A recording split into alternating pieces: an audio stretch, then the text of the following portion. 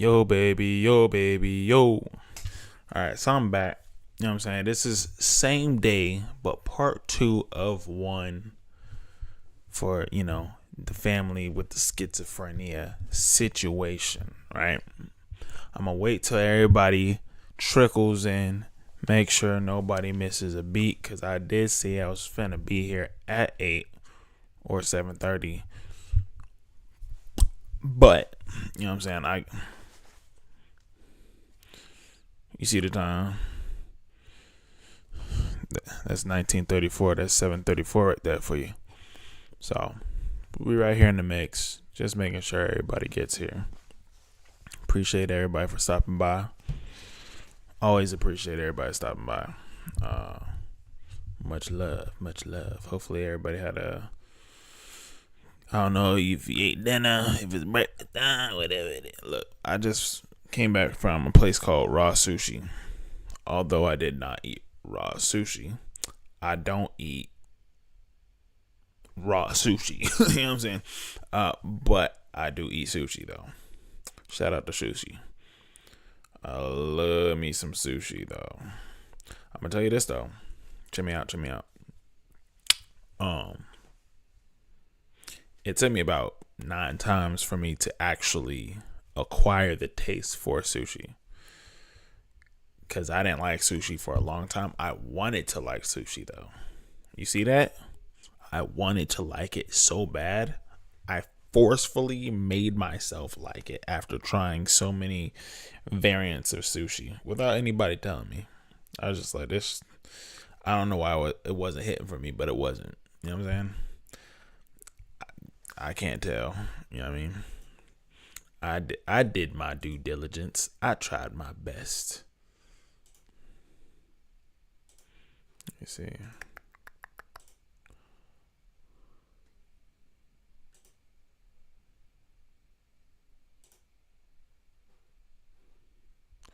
For sure. Alright. Make sure everything's all good and up and up. My mic is working first try. Round of applause for me. Guess what? Because I checked. Kinda, not really. Let's see.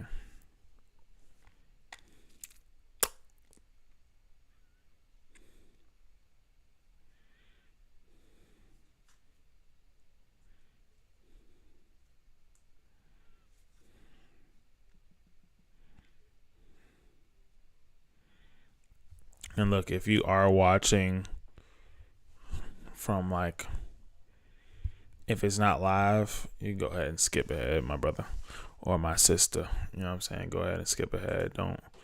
Don't mind me. I'm just making sure everybody that said that they wanted to come in at this time is here, so we don't start too soon. I don't want nobody missing no parts. You feel me?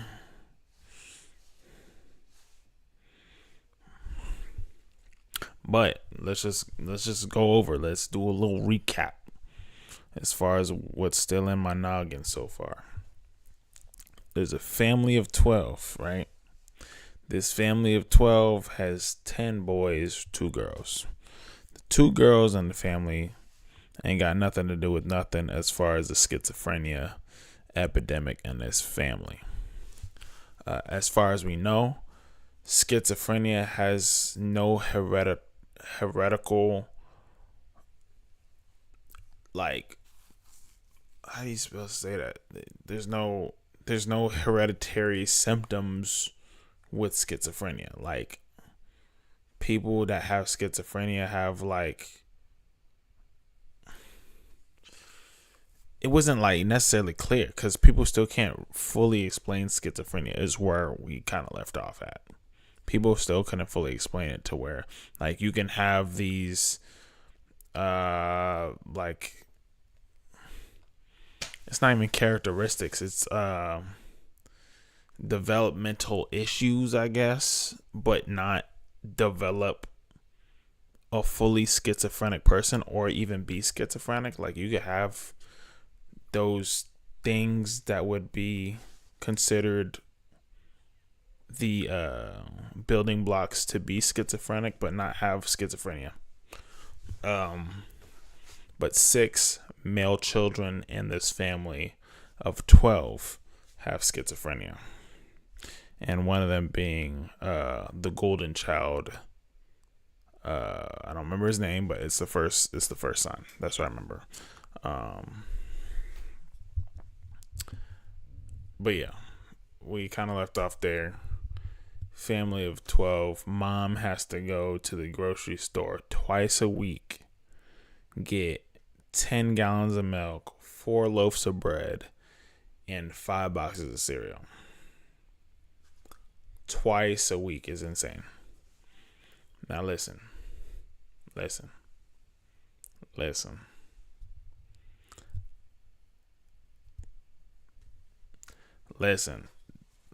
Let's calculate it really quick. What is an average 5 gallon gallon of milk cost? In the United States, how much is 1 gallon of milk? Might as well call that $4. They say $3.86. Oh, they got one at $3.95. So let's call it $4, right? 10 of them twice a week, bro. Stop. And that's not even counting the loaves of bread and the cereal. You know what I'm saying? So let's just that's $80 roughly, not including taxes. That's $80. Might as well say $100 or $200. Well, no, that's $100 for milk a week. Now this story happened way back in like 1960s and stuff. But present time, my brother, that's not it. That is not it. I'll tell you that much. Brother man, I thought you was the other man.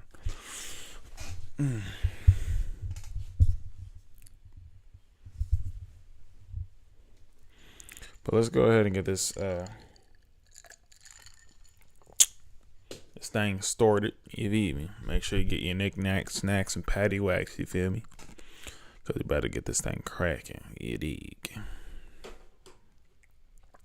And I know for whatever reason, people do get their notifications like an hour later, which is insane. 30 minutes to an hour later, and I'm like, I've been streaming, bro.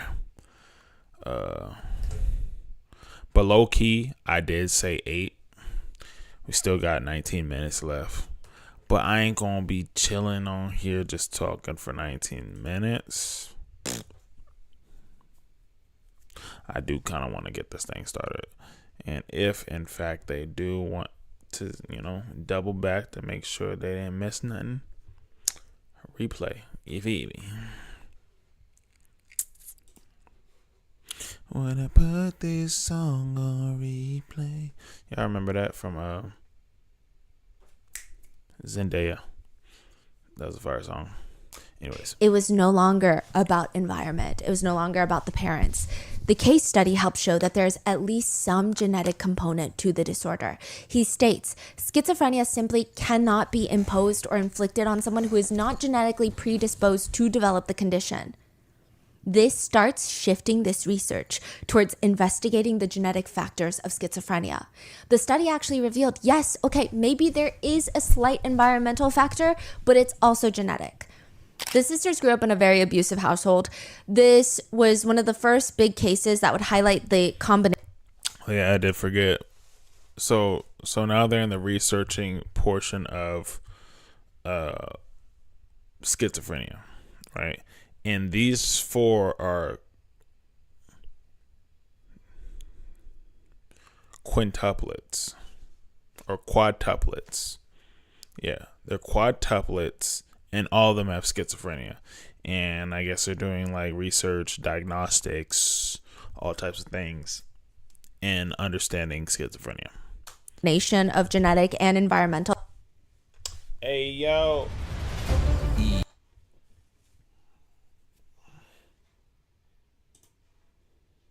this research towards investigating the genetic factors of schizophrenia. The study actually revealed, yes, okay, maybe there is a slight environmental factor, but it's also genetic. The sisters grew up in a very abusive household. This was one of the first big cases that would highlight the combination of genetic and environmental, but it wasn't perfect. Other researchers that believed, again, still that it's purely environmental said, no, this is like the worst group you could study because the family wasn't just abusive, they were really bad. The father was drunk, he essayed 2 of the girls. The mom discovered 2 of the girls engaged in mutual self-pleasure together. She would sedate them at night, put them in restraints so that they wouldn't do things in the company of each other, and then she mutilated both of their private parts so that they could no longer experience pleasure. It almost felt like you can't really argue it's genetic just because they're quadruplets, because look at how extreme their environment is. So now the researchers are left.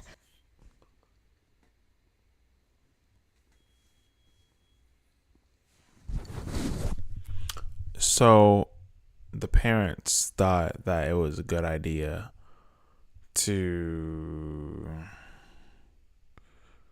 well, the dad SA two of them, two of the daughters, right? And then another 2 self-pleasure each other.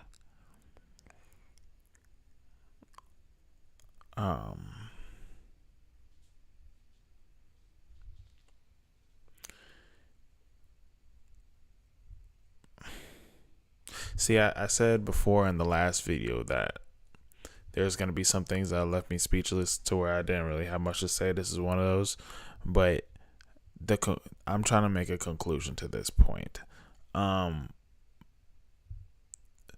So I won't even say in retaliation, but to mitigate their children from doing that, the mom thought it was a good idea to I don't want to mess up the words, but let's go back. Other researchers that believed, again, still that it's purely environmental said, no, this is like the worst group you could study because the family wasn't just abusive, they were really bad. The father was drunk, he essayed 2 of the girls. The mom discovered 2 of the girls engaged in mutual self-pleasure together. She would sedate them at night, put them in restraints so that they wouldn't do things in the company of each other, and then she mutilated both. Yes, so mutilation of your own children to their private parts.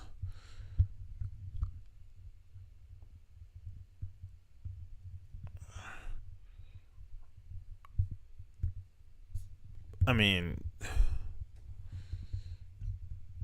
okay. Listen, they're kids.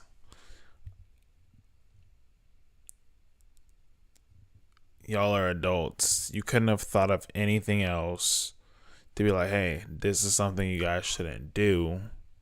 It's a no-no.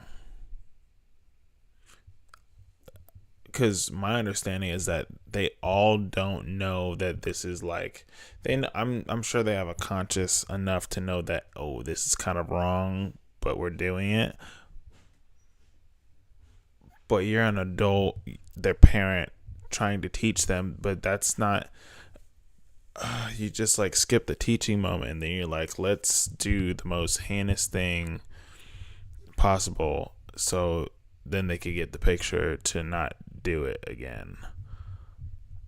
Oh my gosh. Oh man, I really feel bad for kids. Like, and like I'll say, in every single one of these streams is a lot of people's trauma, a lot of people's problems, situation, whatever, even relationships, anything. It usually stems from the family, like 99.99% of the time. How you were raised. That's crazy. To their private parts so that they could no longer experience pleasure. It almost felt like you can't really argue it's genetic just because they're quadruplets, because look at how extreme their environment is.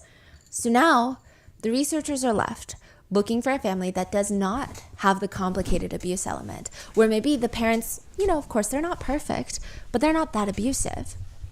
A They found the family Galvins? like the Galvins. Have you ever done the ink blot test? It's where you look at 10 symmetrical ink blot images and you describe what you see in each one. It's like a watercolor blob of images of color. I mean, some people believe that it does nothing. It's way too subjective. Others state that it provides very unique insight into someone's psyche. You're talking about like those painting looking watermark Yes. images. They don't really look like images. They look like blotches of color, watercolor. Oh, what are you Yes. supposed to do? So the therapist will hold it up and you tell them what you see in it. What do you see? Donald stares at the picture. I've never had to do this in my time of therapy, inpatient, twice, ever. So, I mean, I know this to be like an older style, I guess, of mental health, psychiatric findings. I don't know. I've always kind of thought it looked stupid.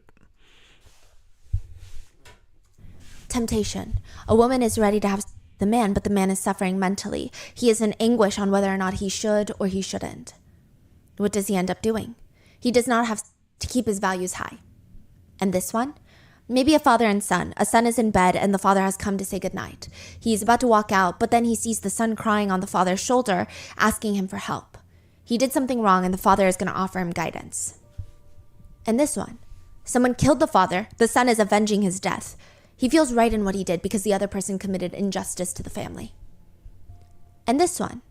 I see a hole, a cliff. There's a hole inside, and then you have to go deep inside the hole, and you will find newborn birds that you need to take home and make them your own. Interesting. A cave with a hole? It's almost like a birth canal, a passageway where you start a new bird family. And what do you see in this one? I'm climbing up a cliff, and birds are diving at me. Interesting. The therapist is intrigued at how much connection Donald is drawing from his real life and what he sees in the pictures. Because at this point, Donald is married. Okay, we're gonna get there. After Donald's initial breakdown, Donald had started dating a woman named Jean. They were together for maybe a few months before Donald announced to the family that he's gonna marry Jean. Mimi and Don, the parents, they're confused how to feel. A part of them feels good because at least he's trying to move on, right? But another part feels very hesitant. Beyond the fact that Donald is going through a lot mentally, this couple doesn't make sense. For one, Jean has made it very clear that she does not want kids. She wants to study genetics and help cure diseases and graduate. She wants like a very busy life ahead of her. And Donald thinks, she'll come around to it. He honestly just could not believe that Jean was telling him the truth. The two get married, and Donald's therapist starts hearing a lot about this cave-like birth canal where you go to pick up birds and start a new family. And he starts hearing a lot about Donald's married life.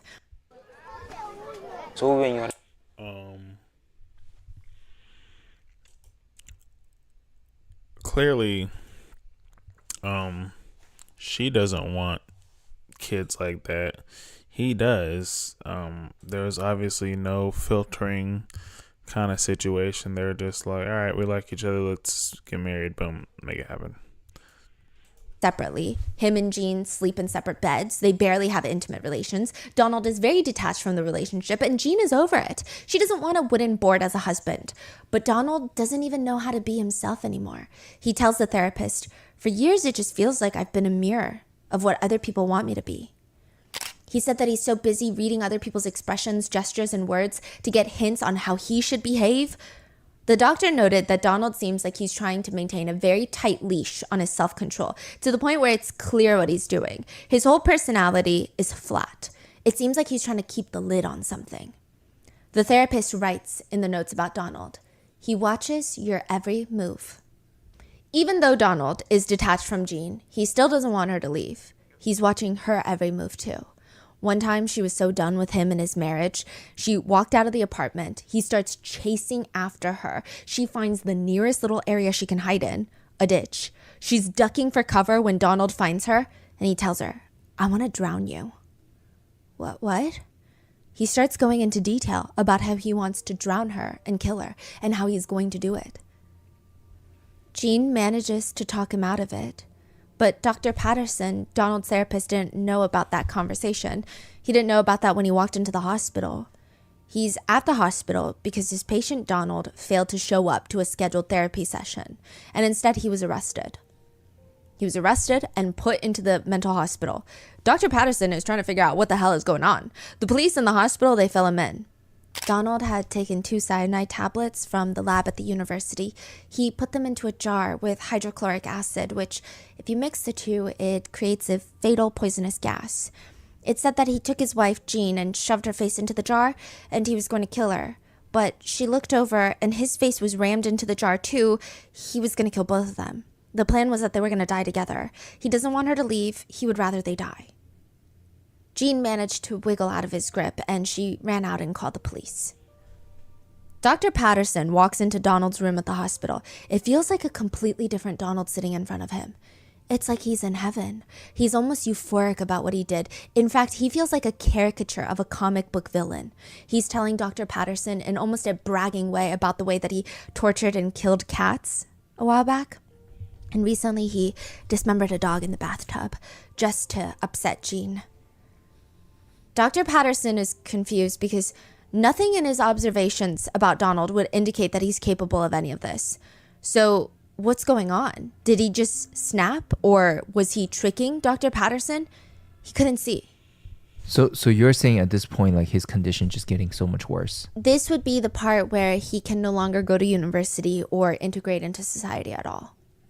Like he's trying to kill the wife. He will be institutionalized in and out, and he will try to convince doctors that he does not have hallucinations.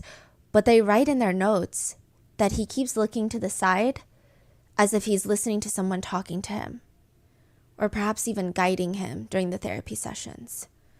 And this is the start of schizophrenia in the family. There will be 5 more that are diagnosed back to back. Dr. DeLisi and Dr. Friedman are the first researchers to study the Galvin family. Listen, I'm just talking from the outside in, right? If I see that I'm talking to somebody and then they talking like this, like somebody right there, and I don't see that person, know what I'm gonna do? I'm gonna teleport up out there. You know what I'm saying? I ain't dealing with that. Not me. Family in depth as a whole. They had to pull each sibling's blood samples, study their genetics to see if there's something consistent in them. Because if it's true that there's a genetic component to the disorder, then all the siblings will have some sort of marker that indicates that it's present even if they don't have schizophrenia. She flew all the way to Colorado to meet with the family, and when she walked in that front door, all she could remember thinking was, this might be the most mentally ill family in all of America. Really? They start drawing blood. They start reading brain waves, administering questionnaires and tests, and trying to understand the timeline and what's going on in the environment at the time that each family member is diagnosed. And all of this research is going to be made even more difficult by the fact that the 6 siblings that have schizophrenia, 5 of them have something called anosognosia. Schizophrenia itself is already rare. It affects less than 1% of the population in the US, but anosognosia affects even less. It's the condition that coexists with schizophrenia, and it results in someone not being aware of their mental condition. Only a percentage of people with schizophrenia have anosognosia, and they truly believe that they are not sick, that the world is out to get them. They don't need medication. Like some sinister being or reason is trying to administer this medication that they do not need. One of the family members would say, people with anosognosia are non-compliant because they don't think anything is wrong with them. When we see people on the streets and wonder, why don't they get help? Why don't they get care? They don't think anything is wrong with them. That's the biggest message.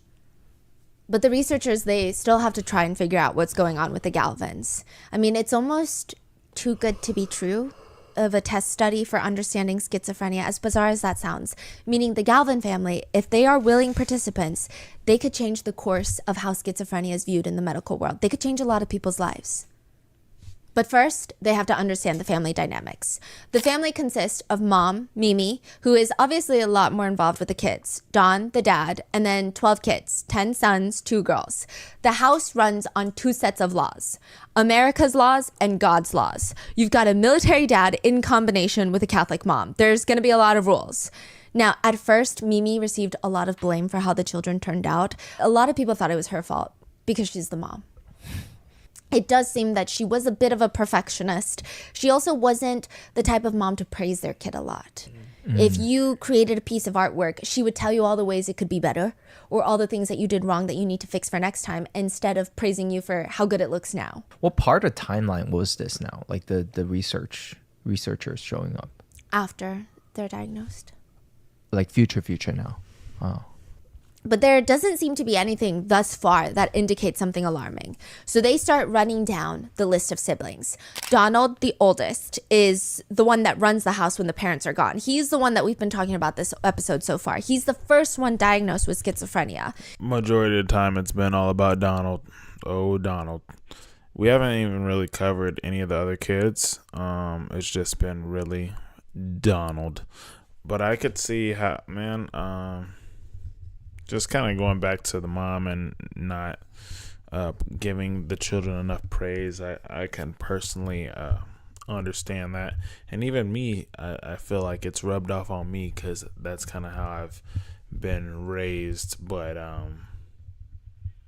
giving kids praise for even the little itty bitty things that they do is very important to their character development. And yeah, you can definitely tell the kids that haven't because everything is very critical. And he's going through a lot right now. He tried to kill his wife, Jean. They get a divorce. He's in and out of mental institutions, and it's rough. Donald clearly does not like being in a hospital. At one point, even the idea of being sent to a hospital has Donald pull a knife on his mom. The other brothers have to stop him, and it's just a very difficult situation. One time he's being sent to a solitary confinement in the psychiatric ward, and right when they get to the door, Donald pushes the attendant into the room, steals his keys, and traps him, the attendant, inside the seclusion room. But it's not like he's trying to run away. He just sits in front of the door, telling the attendant through the window, "This is to teach you a lesson." He would tell his doctor that he stopped taking his medications. Why would you do something like that? Because my watch stopped, so I had to stop. He calls his mom his father's wife because he's certain that Mimi is not his mother. In fact, he was birthed by an octopus. Once, Donald thought one of his brothers was going to take his room, so he was... Look, if you did not watch this first part, well, this is all one part. I had to do a 2-part. I had to leave and come back. But the most recent live that I did is on the first part of this because we just stopped in the middle and just recontinued.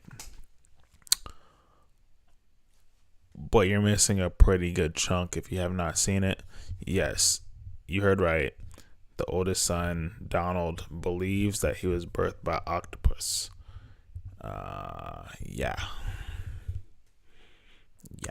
So upset by the sheer thought of this that he goes to the market, purchases a raw octopus, and lets it rot in his room so that his brother would not want his room anymore because of the smell. The whole family, when it was just Donald diagnosed, they were really struggling to understand what's going on. The only person that seemed to enjoy Donald's downfall is Jim. Jim is the second oldest brother, and he has always hated Donald. Hated.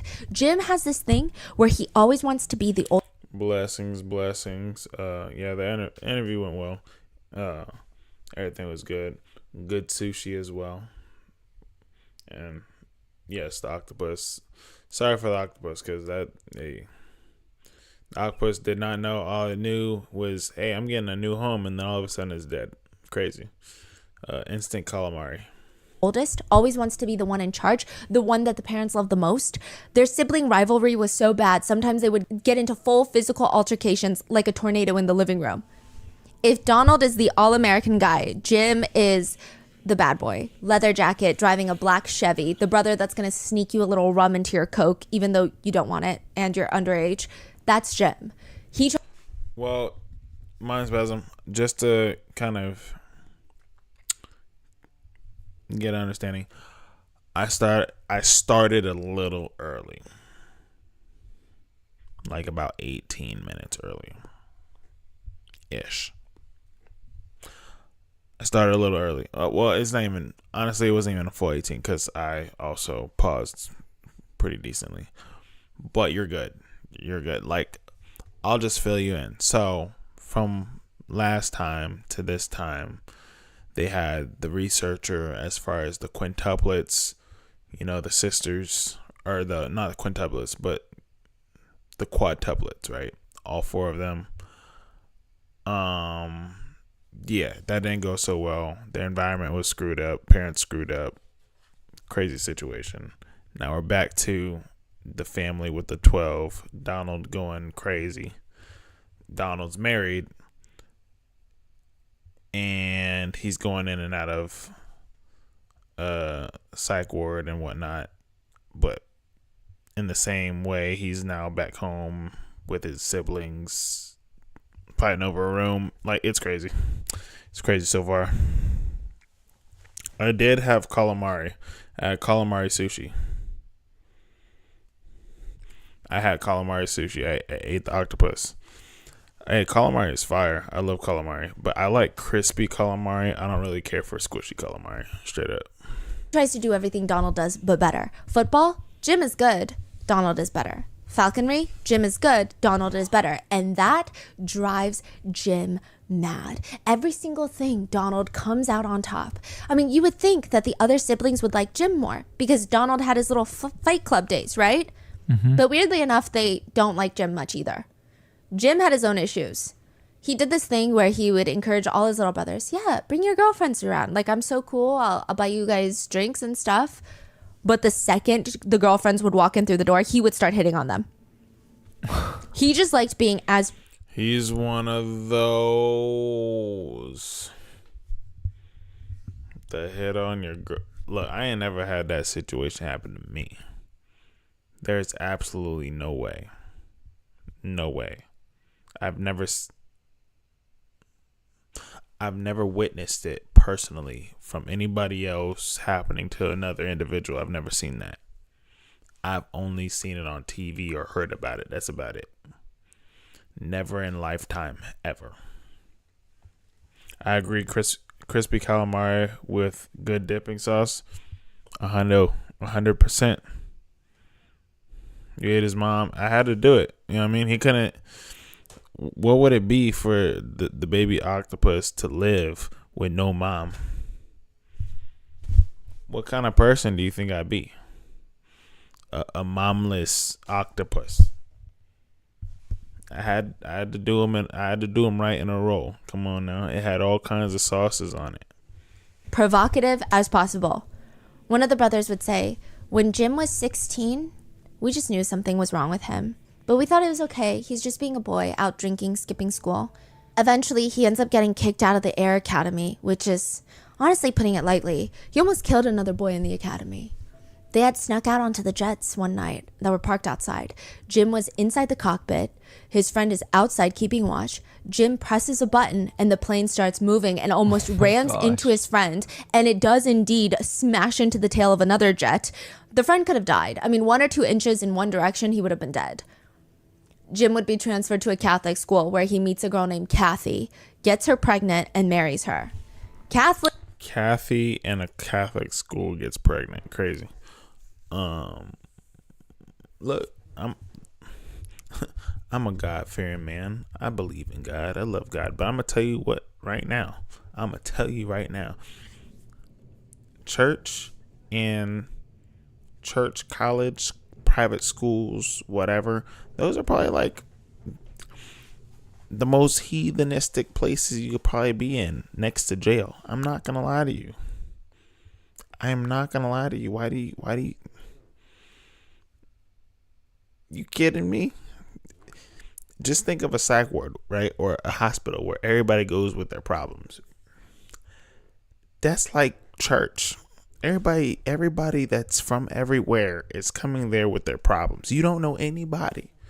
Everybody got their smell good and nice outfit on or whatever. But everybody got some type of problem. That's why they're there. I'm just telling you the truth. Lee immediately knew that Jim had a lot of resentment towards his parents. Within their first few dates, he starts going on rants about how his parents kept having babies and don't even deal with the... I actually don't know what they say about Catholic schoolgirls. Fill me in.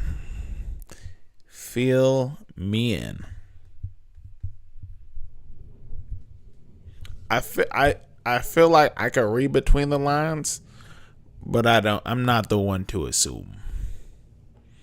Fill me in.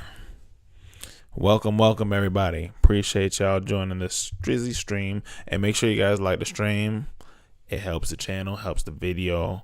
You know what I'm saying? Get more people up in here. Share the stream. Anybody that likes creepy, spooky, whatever, all the things, right? But yeah, fill me in on the Catholic schoolgirl thingy. You said we were wild. I would figure so. That's what I would believe. You know what I mean? Listen, I knew I couldn't go to college because I wouldn't do any work. All I would do is play football and anything in between. Younger ones. And of course, even with everything going on with Donald, Jim had so much hatred for him. She said he would go on rants about how Donald had been this big hero during high school and Jim could never measure up. Hey, yo. Sandra, chill. Say, I'm not saying anything. My husband loves me, though. Hey, blessings to the husband. Blessings. They used to say that you could get with a Catholic schoolgirl.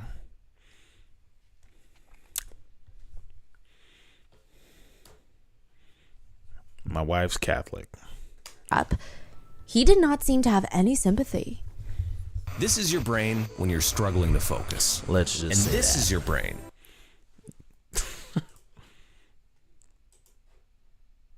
Thanksgiving one year, this is after his diagnosis, everyone gathered back at the house on Hidden Valley Road to celebrate. Jim and Donald start fighting physically. They start in the living room. Like a tornado, they make it to the dining room, where they're running circles around the beautifully arranged and set table. Jim tries to reach across the table. Donald lifts it up, throws it onto Jim, and everything, all the plates, glasses, silverware, food, crashing down, destroyed. Thanksgiving is over.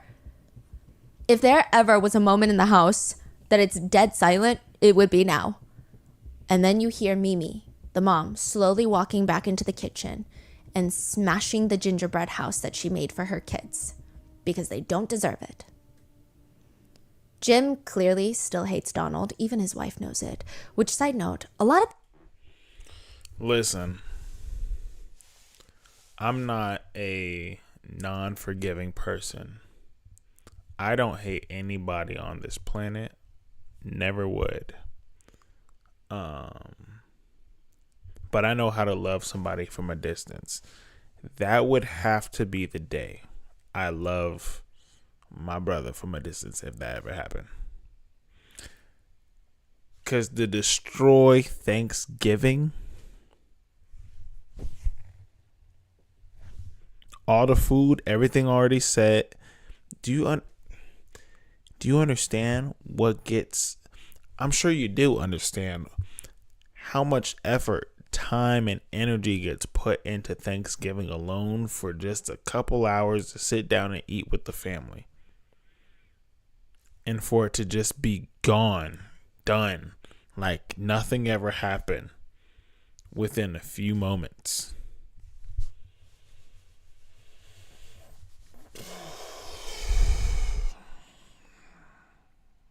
Nah, bro. There's definitely one thing on this planet nobody could touch is my food unless if I allow it. There's no way. That's crazy. My plate is gone because y'all beefing? That's crazy. Nope.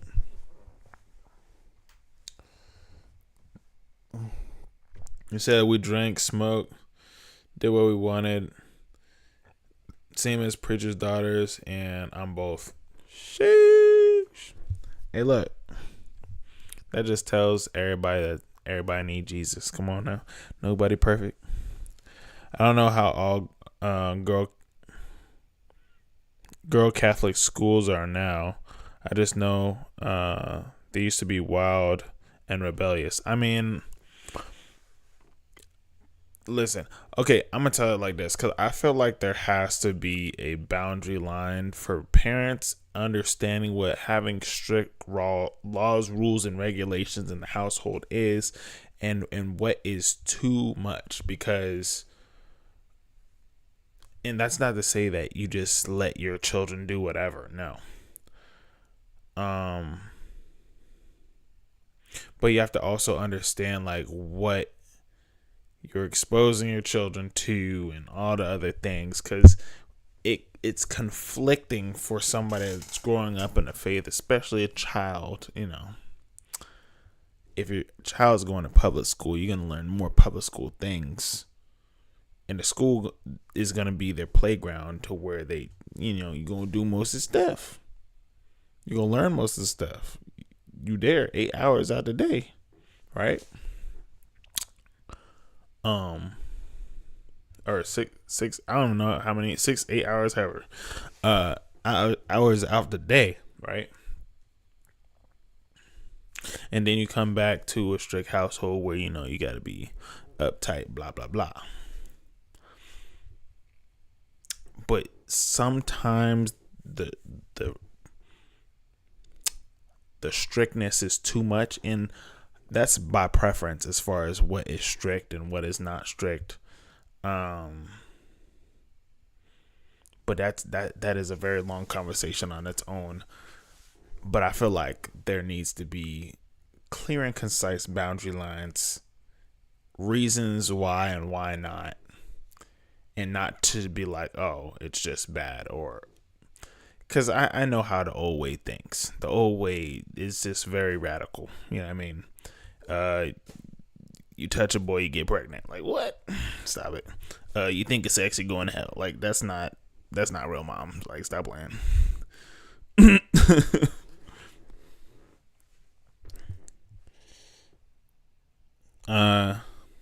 He said, I used to cook for 2 or 3 days to make Thanksgiving and Christmas dinner.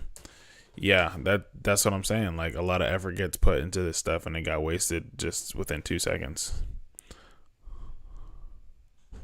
I was strict yet truthful to my children. That's extremely important. And I'm talking about truthful to a point to where it's like, in scripture it talks about cause and effect, right?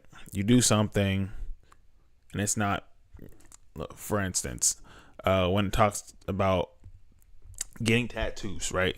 It was more so based in the time of why it wasn't plausible for the believers compared to the non-believers to get tattoos, is because the non-believers were doing it amongst their gods and they didn't want to be resembled as those people that did those things in that time, because they did it amongst their gods and not the one and true God. That's ultimately, they didn't want to be within correlation as far as the reasons and intent as far as why.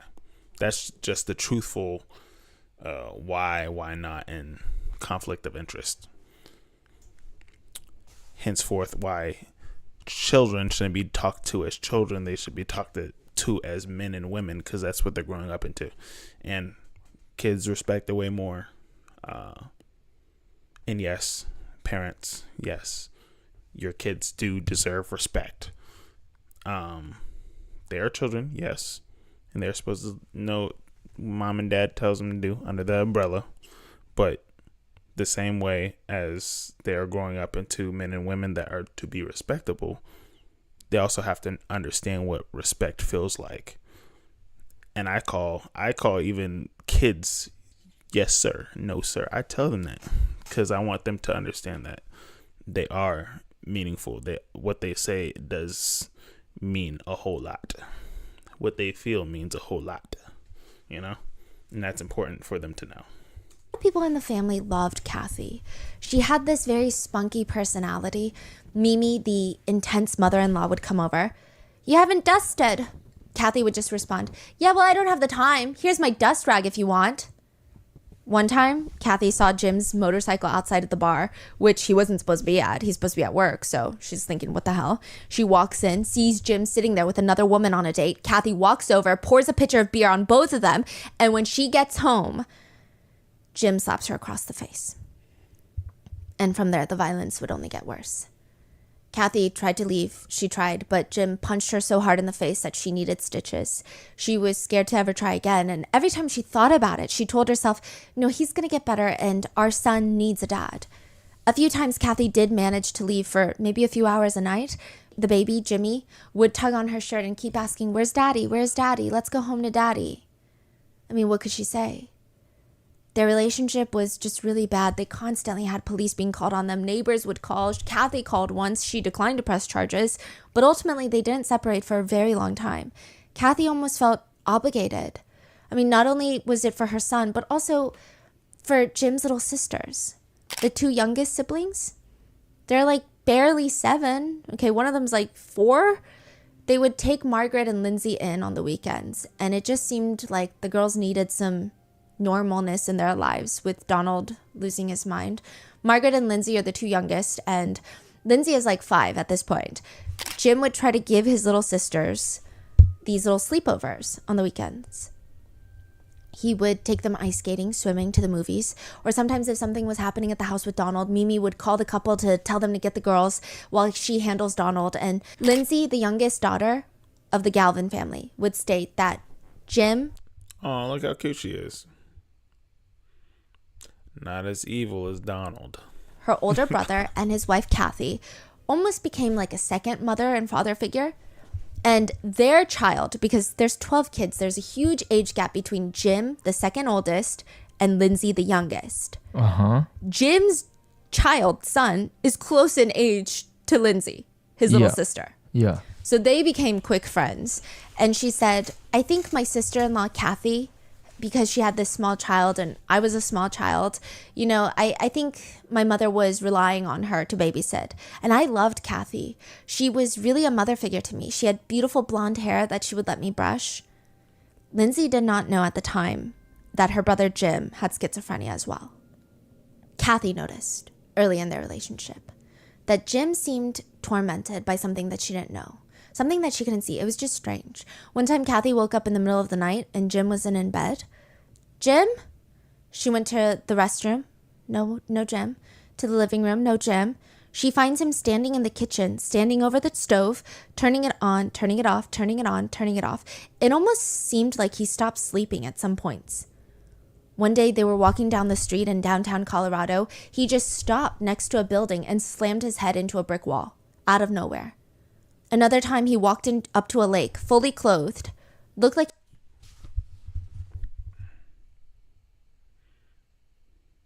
Excuse me? We're not just going to skim over that. You don't just slam your fleshy head on a brick wall.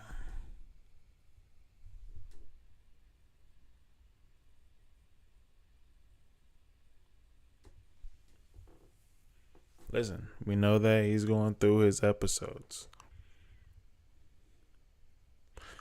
But that there is crackhead energy right there. Like that's crazy. And that just brings me back to the point to earlier today when the doctor talked about giving Donald cocaine for medication. Excuse me? Stop it. Crazy.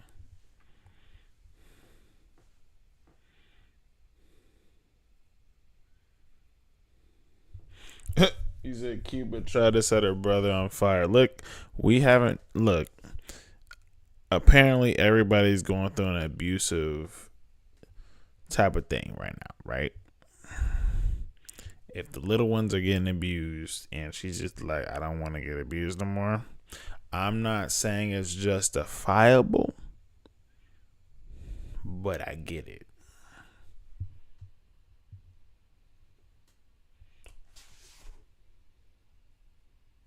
You know what I'm saying? I ain't see it. I ain't smell it. I ain't hear it. He was just enjoying the view, but then he dove in. He kept telling her he heard voices. They're talking to me again. Who? He described people spying on him, following him. Everyone at work is conspiring against him. And Kathy tried to tell Jim's parents what's going on. She expected some tears, maybe them even blaming her for making him have a psychotic break. But instead, she was confused. She saw two parents trying very hard to pretend like this conversation was not happening. It almost seemed like they were in complete denial, like they can only have one son at a time. Like whatever was happening was maybe a marital issue between Kathy and Jim, and like, oof, maybe not my business. It seems like it's between you guys. That type of reaction. Kathy had Jim admitted to a hospital for 2 months, and things did not get much better once he got out.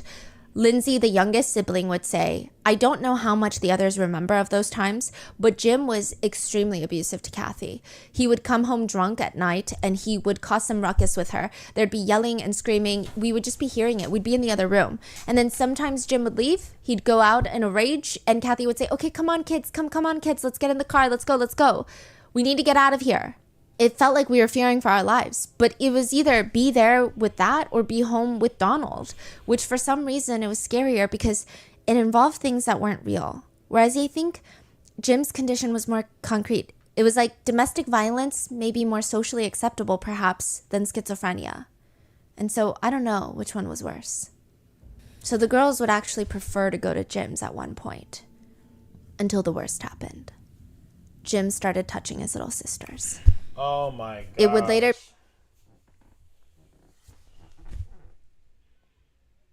See, I thought we were gonna go a whole... Listen, there was some earlier stuff, right?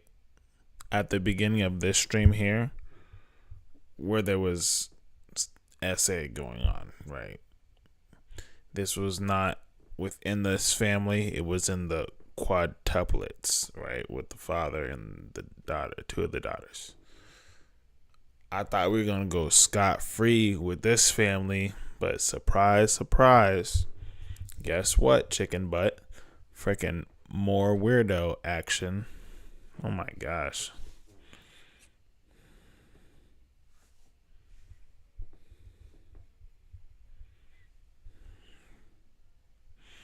That's what I'm saying. Like, listen, this is not in a way to nullify what's really going on, because assault is assault, and that's just that needs to be dealt with at the highest degree, right? But people do have to take accountability that they did know what they were getting married into, and maybe they hid their true self, right? But that's the risk you took, right? It's just like buying a car. Check the Carfax, you know what I mean? Drive it around, think about it, come back the next day, next week, whatever the case may be, right? But if you leave that lot and all of a sudden start herking and jerking and cuckle bucking down the road, guess who fault it is? Your fault. It's not the salesman. It's not Ford. It's not Toyota. It's not whoever. It's not the CEO. It's not your best friend down the road. It's not the YouTuber that told you why you should pick this car. It's none of that. It's your fault. Check the Carfax. It be said that because Jim was so kind to the girls that when he started essaying them, it almost seemed normal. Lindsay, the youngest daughter, would say her first memory of essay was maybe when she was 3, 4. She said it was my brother Jim coming in the middle of the night, putting his hands on me and me crawling up into a ball tighter and tighter, trying to get away, not really understanding what's going on. I mean, I'm a little child and I'm trying to stop whatever he's doing only because I think I probably knew somehow that it was wrong and I didn't like it, but I was also so terrified to try and stop it. I didn't know what to say. You just pretend that it's not happening. You think maybe it's love. Maybe this is love and him having his hands all over me is love. I think he was very good at making sure it was only one child in that room when it was happening, whether it was Margaret, my older sister, or me, or just, yeah. She said, the abuse was chronic. I'm going from 3, 4, 5, 6, 7, 8, 9, 10. This is continuing on a regular basis. I don't know how often. I'm thinking it was maybe most weekends. But it was either that, be there with Jim, or be at home with Donald, which was terrifying too, because Donald had his outburst. He was not without us having to call the police about him and having to go to the hospital, whether it was attempted self-exit or whether he was getting into a fight with my father. It was like choosing the lesser of two evils. It was like you could be at home with Donald, or you could be at Jim and Kathy's and endure his essay. Yeah. Listen, I knew Jim. Like we kind of mentioned it in the early time, right? I said Jim kind of looks like kind of weird. I get it, right? But come to find out, both of them are weird. But Jim turns out to be the weirdest. That nigga don't even have schizophrenia. You know what I'm saying? He's just a weirdo. A super weirdo. But yeah, you got to check the Carfax on the people that you get in relationships with, people that you involve yourself with. Because look,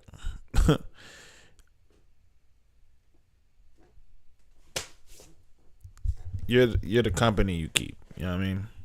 Just like you, the food you eat. You know what I mean? Stop. Come on now. I'm making too much sense that I might irritate somebody. Don't shoot the messenger. And also keep it a secret. Because one, no one's going to believe me. If I were to go to my mother, she was emotionally probably very unavailable at this time. So I'm not sure I felt safe going to her.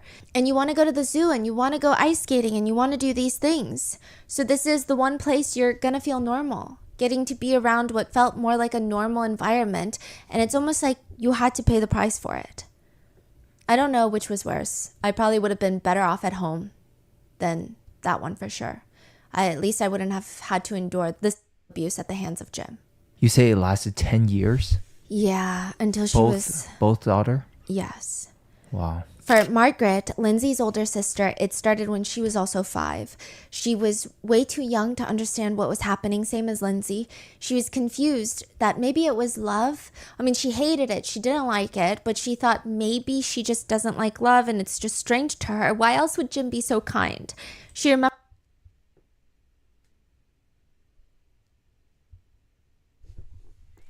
her saying, like, why would Jim be so kind is, like, low-key floored me. Not gonna lie.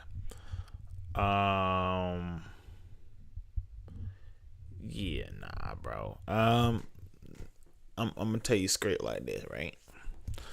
I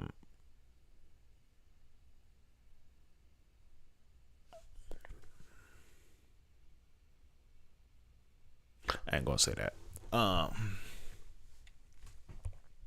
This is why a lot of the word love gets misconstrued, because what people believe it to be, what it has been taught to other people, because other people don't know what it really is and they use it, misuse it, abuse it, all misconstrued it, right? And that's why majority of people don't really know what love means and what it is, because people say love hurts. They're grooms, so they didn't understand. I know. That man, they're children. Like, not even just children, it's his sisters. remembers he had even bought her this she went out to the store and they saw this tiger's eye stone.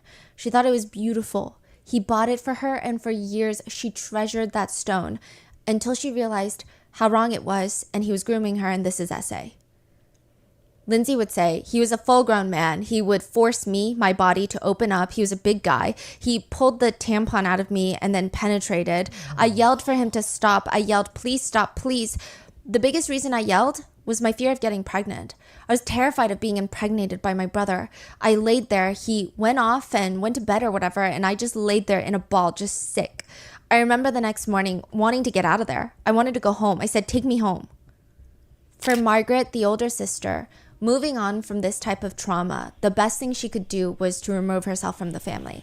She had to pick the lesser of two evils. The chance presented itself when this very wealthy family friend of Mimi's had asked if they could help in any way. They said, "We could take Margaret. That would make your life easier, right? One less kid in the house." Margaret would be sent to live with the very well-off Gary family in Colorado. I don't know their exact net worth or wealth at the time, but they owned a Picasso, a real Picasso, and they hung it in their hallway. Wait, So why would they want to take over a kid? they're very charitable. They like to take in kids. So they had a few other kids from families that were going through rough patches. But they were friends. They're very close.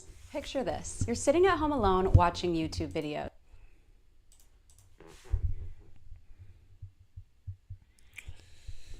Yeah.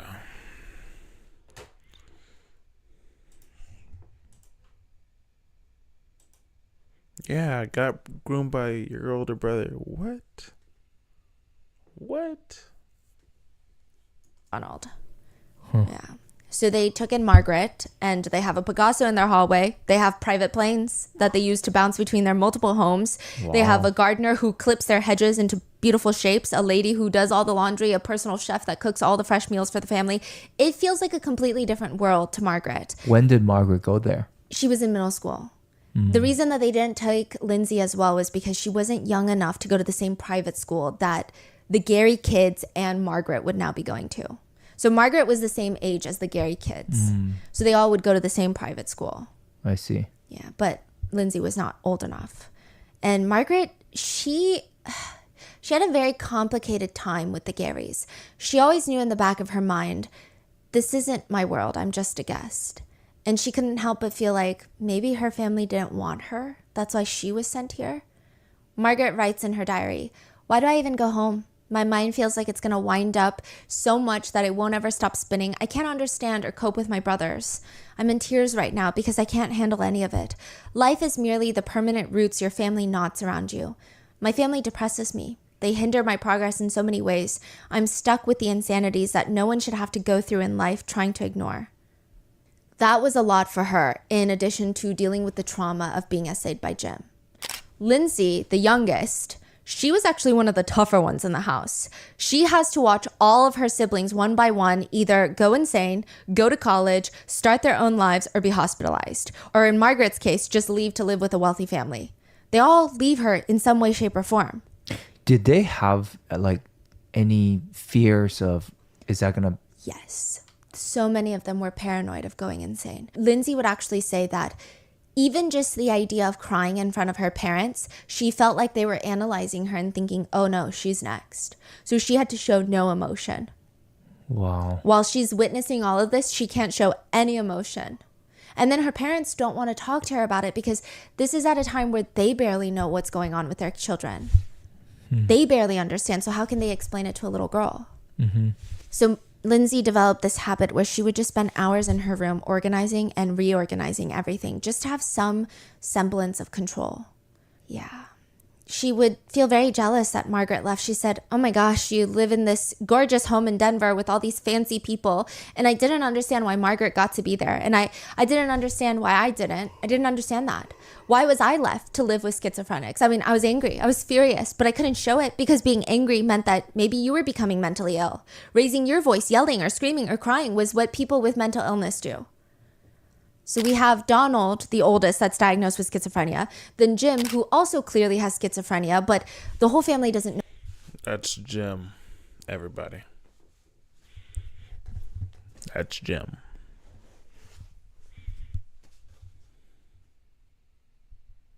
That's Jim.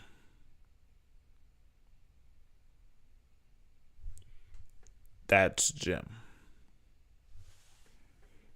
Know it until a little bit later. Brother number 3, John, he's kind of the opposite of his 2 oldest brothers. He is fully devoted to classical music. He's very quiet. He just keeps in his own world, which at the time Don, the dad, did not like. He would tell him, "John, you need to get out more. Music is a selfish profession. You spend so much time in the practice room. Why don't you socialize more? What good are you doing?" It hurt John, but this was kind of his escape. He would eventually start working as a music teacher. And interestingly, later at John's wedding, Don, the dad, would pull John's new mother-in-law aside and tell her, "Your daughter got the best of my litter." Like the best of the 12. Why so? Why did he say that? John Just he really liked John? Yeah, but he never showed it. John had no idea what to do with that, but he just knew that he wanted some distance between himself and the family, which sounds selfish, but I mean, it was just really hard, especially with the parents. I mean, it was hard for them too. Mimi and Don were not perfect. I don't think anybody is. Sometimes they would say very hurtful things to the kids. If somebody starts acting up in ways that Mimi didn't like, because she has all this pressure, all this stress, she would snap at them and tell them, "You're just like Donald," which at that point was considered the worst thing you could say to someone in the Galvin family. Don, the dad, was always busy outside the house. He was... Shout out to the dad being freaking dad of the year, right? Got like them. No, I'm not gonna say that. Yeah, dad of the year. He gets a plaque and everything. allegedly had like 6 different affairs, threw himself into his work, and it was a lot. Yeah, it was a lot. But how's John doing mentally? He does not have schizophrenia. Oh. Yeah. Maybe that's why the dad said it, you think? Maybe. But I think John is just a very calm person. So the other brothers who also don't have schizophrenia, they still have more of like rebellious streaks that they went through. John was just a very calm, collected person. And, you know, I will say that Mimi did try to do everything she could in her power. She would read up on all these things that you can do. She found this one doctor who believes all mental disorders are a cause of a lack of blood nutrition balance. So she starts buying all of his supplements, forcing each of her kids to take them every morning. But nothing is working, and nothing is going to be as shocking to the family as what happens next. So we have Donald, the oldest, who is diagnosed with schizophrenia. Jim is diagnosed with schizophrenia. John is not diagnosed with schizophrenia. Brian is the 4th oldest.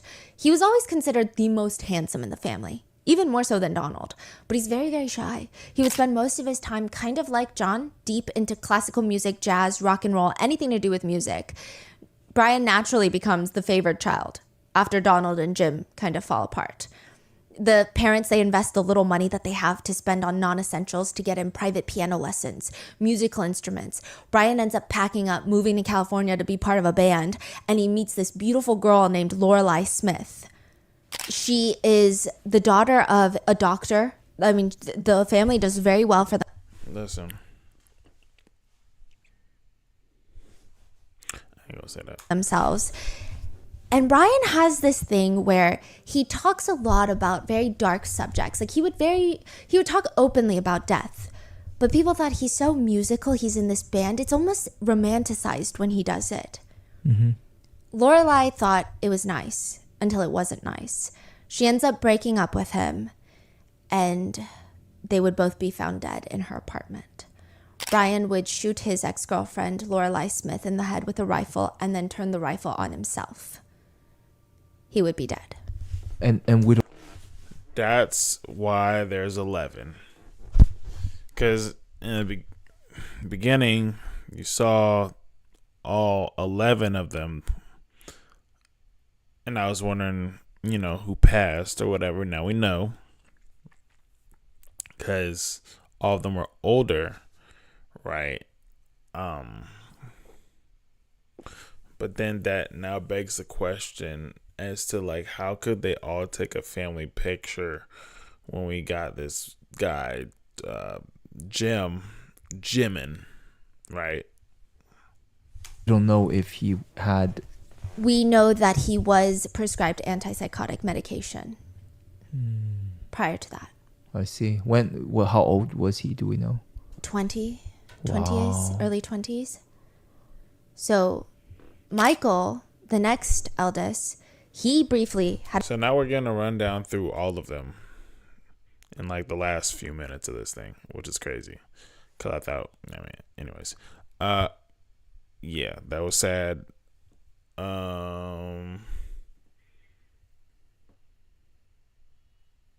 feel like things like that happening comes from not understanding how to properly regulate your emotions and communicate your emotions and that you can choose not to be mad and you can choose not to be sad. Like all these things. Not like it's bad to be mad or sad, but it's bad when you do not know how to regulate it or properly distribute those emotions into a more positive light to make it more effective for the situation, so you don't end up dead.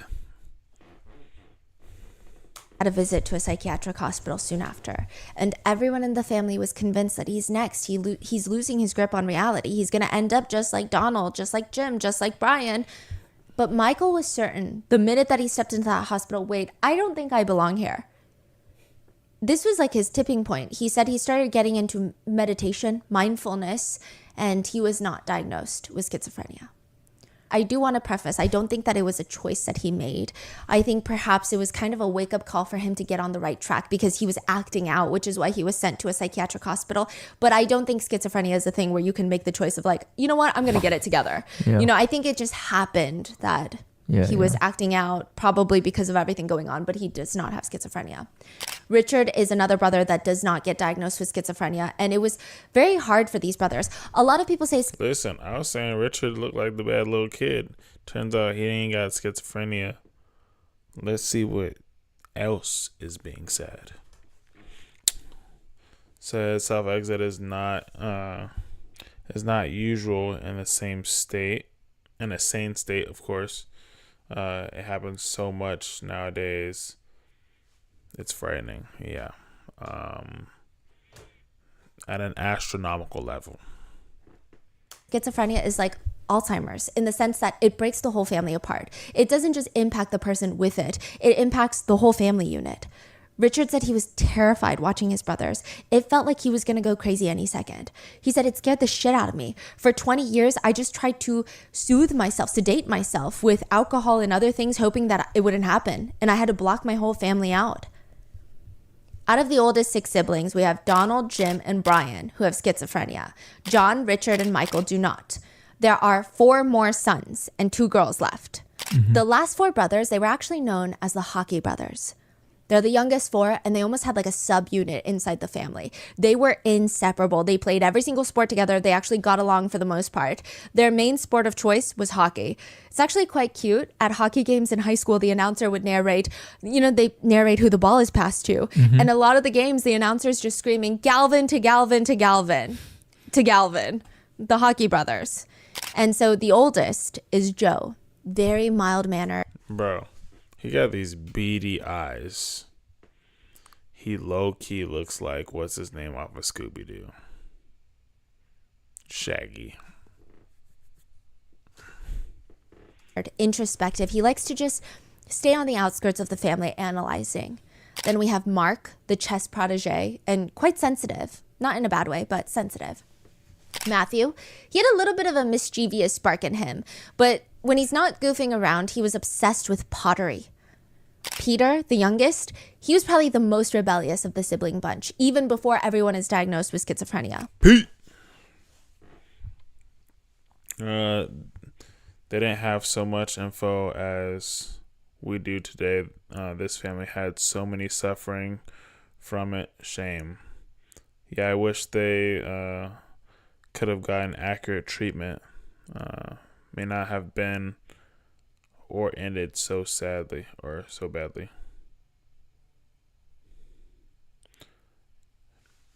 Not unusual in a sane, meaning usually wait until they have a sane state, then try to self-exit, unfortunately. See, I don't know enough about this mental illness to even really say what should take place. And even obviously, people that are well in the medical field and have all these degrees couldn't figure out like really what to do. I call it guinea pigging because a lot of times I feel like most medical professionals don't know what to do because everything isn't the same and doesn't affect people the same, medication and treatment and everything like that. You can have a standard basis as far as what you do on a daily basis to, help, but just throwing medication at kids and people ain't it, Chief. But I do understand, like, the doctors don't understand fully what it is, so therefore they're like trying to figure out what it is. I'm not even sure we still have it down to this day. You know what I mean? So I don't know. Matthew was Lindsay's main protector in the house. Wait, hold on. Matthew. Matthew is the third oldest of the four. Okay, so out of the four, Matthew is number 3. Yes, and he is like Lindsay's main protector for whatever reason. He's the one that's obsessed with pottery. Okay. He does have like a mischievous little spark in him, but I don't know, something about him, he just wanted to protect Lindsay when it was just the younger ones in the house. He was always making sure that she's okay, checking up on her. He just had this very calm, artistic air about him when he wasn't goofing around. And then one day, Joe backflipped him onto the patio as a joke. He landed on his head. He had to be rushed to the hospital. Blood was rushing out of his skull. He suffered from a concussion. Lindsay would say about the incident, one day somebody had gone to soccer practice, and I think Joe was supposed to take Matthew. There was some basic disagreement about Joe having to take him, or Joe was in a hurry or something very, very simple. And half joking, half in anger, he took Matt and threw him down, cracked his skull open, and he needed brain surgery. He had a hemorrhage. Has this gone too far? Nice. Gave your brother like brain damage permanently. Lit. He was in the hospital for a very long time, but he survived. It was a very big scare for the family, but he was. Neuro is absolutely so hard to treat. The brain is still not mapped, and each person is an individual. Yeah, there's very much of the body that we don't know about. Very much of this planet we don't know about. It's just so much, so much.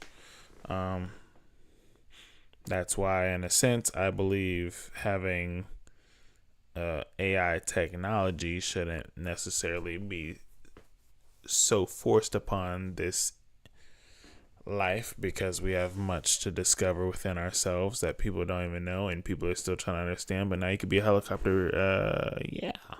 Discharged, and everybody thought it was going to be okay until one day, very soon after, Matthew goes over to visit Margaret. So, and now mental illness is looked at as a choice. Margaret is the one staying at the rich family's house. Okay, so his younger sister. Yep. Yes, Matthew, his brain injury has healed. He goes to visit his little sister at the rich family's house, and he's the one obsessed with pottery. So he brings this new beautiful vase that he made. And Margaret was upstairs in the beautiful home. How old are they at this point? He's like late teens, I think, early 20s. Oh, okay. Yeah, and Margaret is upstairs. She's on her way down to come see Matthew, and she hears this huge commotion. She's like, what is going on? She runs downstairs.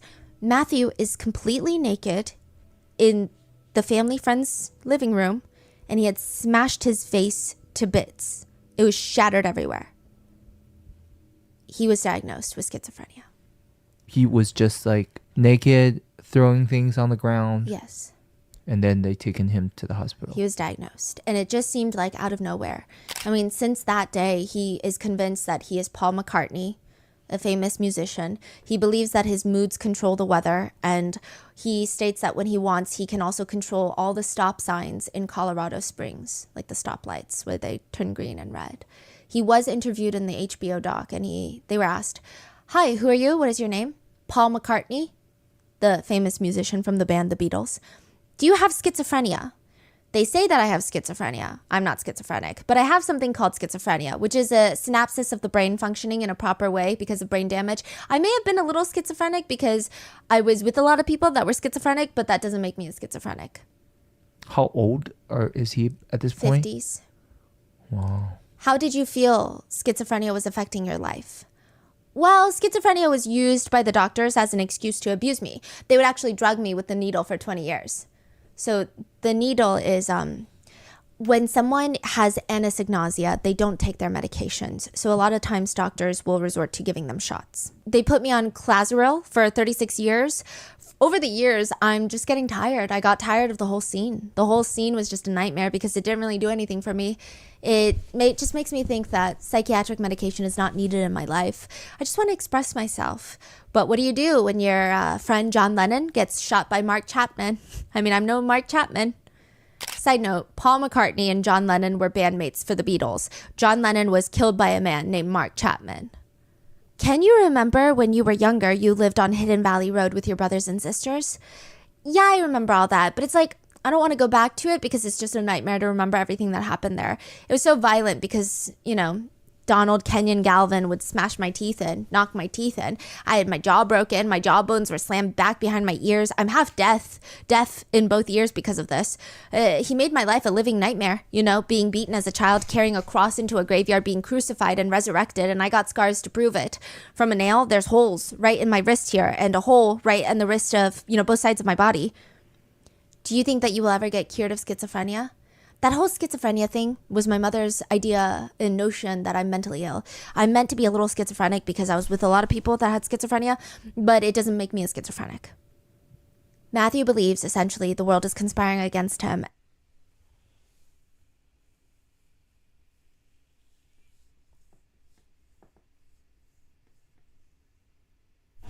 I don't think that dude talks with any periods, commas, punctuations, exclamation marks, nothing. And this is just a simple interpretation. And the family is letting it happen. He states in his medical treatment, it is not necessary to be treated. And the more that the doctors keep drugging him, the more people will end up dead. Facts. He says, you ever watch the news lately? Like 480 people died in 4 different plane wrecks. 8,000 people died in an earthquake in the Himalayas. 150 men in Nigeria were shot down. 22 people killed in a church, 22 people in a plane wreck. Quit drugging me or these things will keep happening. I am the prophet you have heard so much about. Wow. Then it was Joe. The one that slammed Matthew down. The He's oldest of the hockey four. boys. Yeah. Joe was working for United Airlines, so he was doing okay. He was a baggage handler. Things were going really well. He fell in love with a doctor's daughter. It seemed like they were going to get married, but everything starts falling apart with a knee injury. He gets this knee injury working for United, but he didn't want to file a claim for it. He just wanted to keep working to show United Airlines, hey, look, I'm such a valuable employee. But United Airlines did not see that, or maybe they just didn't care. Because when a promotion opens up, Joe thinks, that's got to be me, right? Nobody dedicates as much of their lives to the job as I do. He gets passed for the promotion and Joe starts losing his mind. He starts sending threatening letters to the boss, to United, the whole company, to the CEO. Unsurprisingly, they fire him and he starts sending those same threatening letters to the White House. He starts going off the rails. His fiance leaves him. He starts seeing things. See, look, it was already bad enough he was sending it to his employer, but it's another thing to send it to the White House. That's crazy. That's crazy. That's crazy. That's crazy. That's crazy.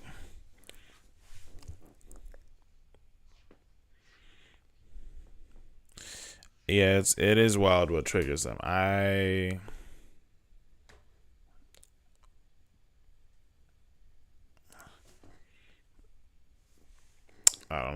don't know. I'm speechless. He starts running down the middle of the street, screaming at the top of his lungs, the wolves are chasing me! The wolves are chasing me! He would go on these rants about how he used to live in China in a previous life. He would sit his sisters down and talk in depth about Chinese history. And he says that he knows all of this because there's a Chinese emperor in the clouds that is talking to him. Yeah. But Joe is actually the one sibling without anosognosia, so he knows he has schizophrenia. His sisters would say it's very hard to watch Joe Because the other brothers, they genuinely don't believe anything is wrong with them. It almost feels like they're living in their own reality. But Joe would have these moments where he looks up at the skies and he would say, "Oh my gosh, look, the clouds are pink." And then he would say, "I'm hallucinating, aren't I?" And then he would say, "I just want this to stop."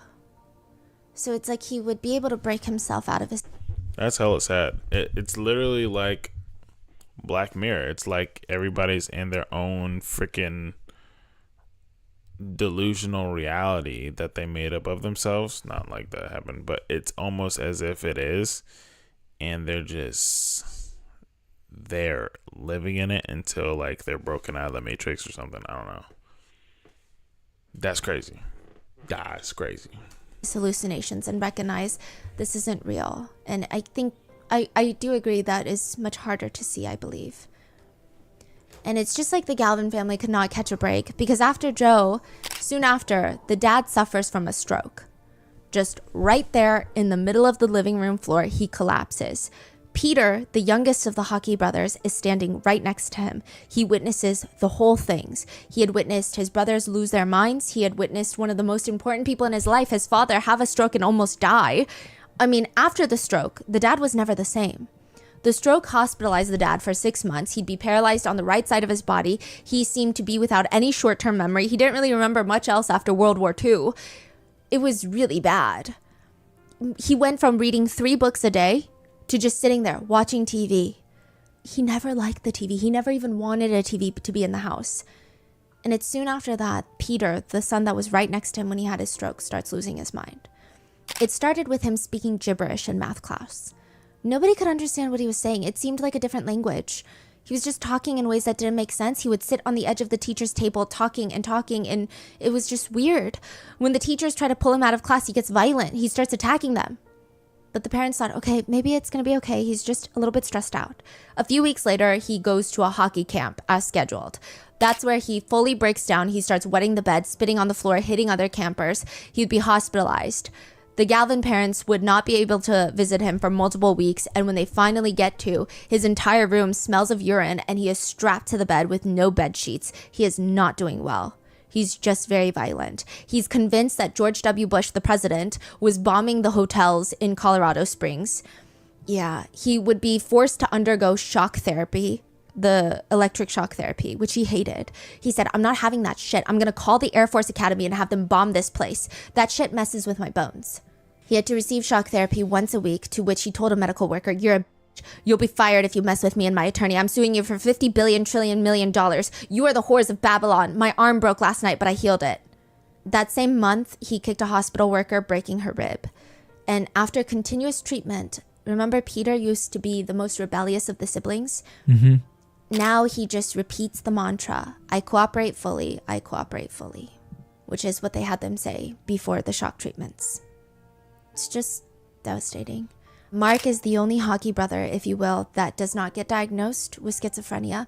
He was a chess protege growing up, and he was just the one constantly trying to break up fights. He was the closest with the 3 brothers, the hockey brothers, and a part of him feels like he has to grieve them. He feels like his brothers are alive, but it feels like they fell off the face of the earth. Like they almost died in a sense. Yeah, because I'm sure like the bond, the connection is no longer there. And he just felt very alone.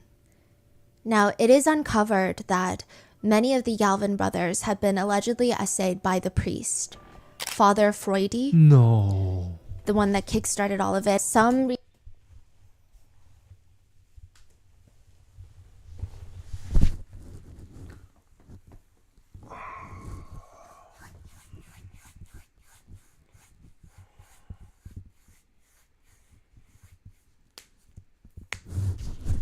If y'all remember in the beginning, none of this started until that mother sucker came into the picture. Nobody had schizophrenia until that mother sucker got into the picture.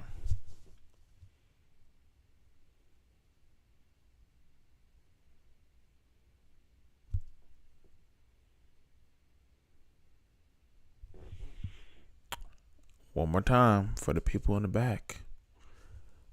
None of this ever happened until that mother sucker got put into the picture.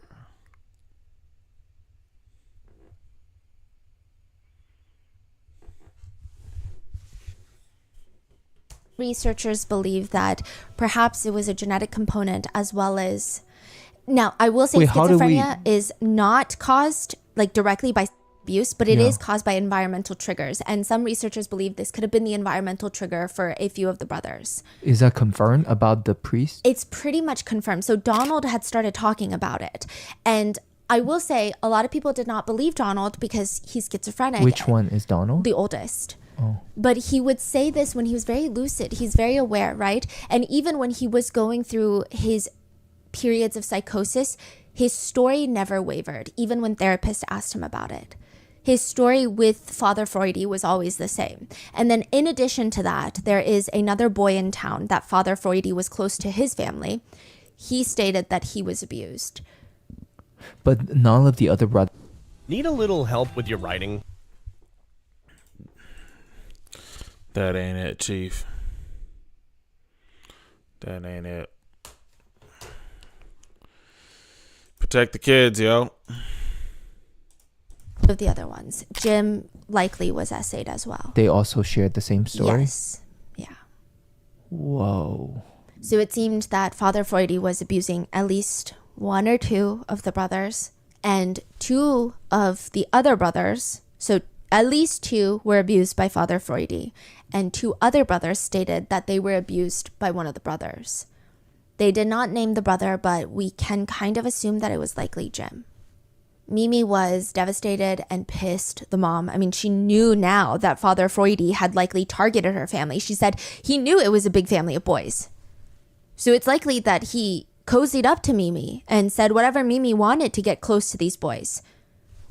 A lot of the siblings who did not get diagnosed with schizophrenia, they state that they live with a lot of guilt because there's still no definitive reason, because you can't say it's this SA because the girls were also SA'd, and SA is not a cause of schizophrenia. Yeah. There might be some correlation. It might be considered an environmental trigger, but it's not the direct cause. I do want to say also the HBO documentary makes it seem like the essay of Jim to the younger siblings was taking place in the house. I don't know about the brothers. They did not. So it triggered it because I was wondering if someone touched them with the one brother essay. The girls, I figured he was abused.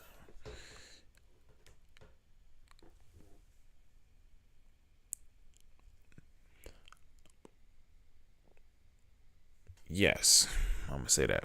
Yes. Expand, but the sisters stated it always happened at Jim's house. And the HBO documentary makes it seem like the parents were okay with it. They were just letting it happen. But that's not true. When Lindsay, the youngest, eventually told the parents, they cut Jim out of their lives. Well, the dad did.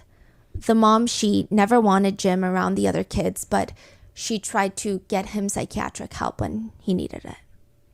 So there's just no definitive reason on why Six did not get schizophrenia. And Margaret once wrote in her diary, "My brothers were going crazy and I was swimming at the country club.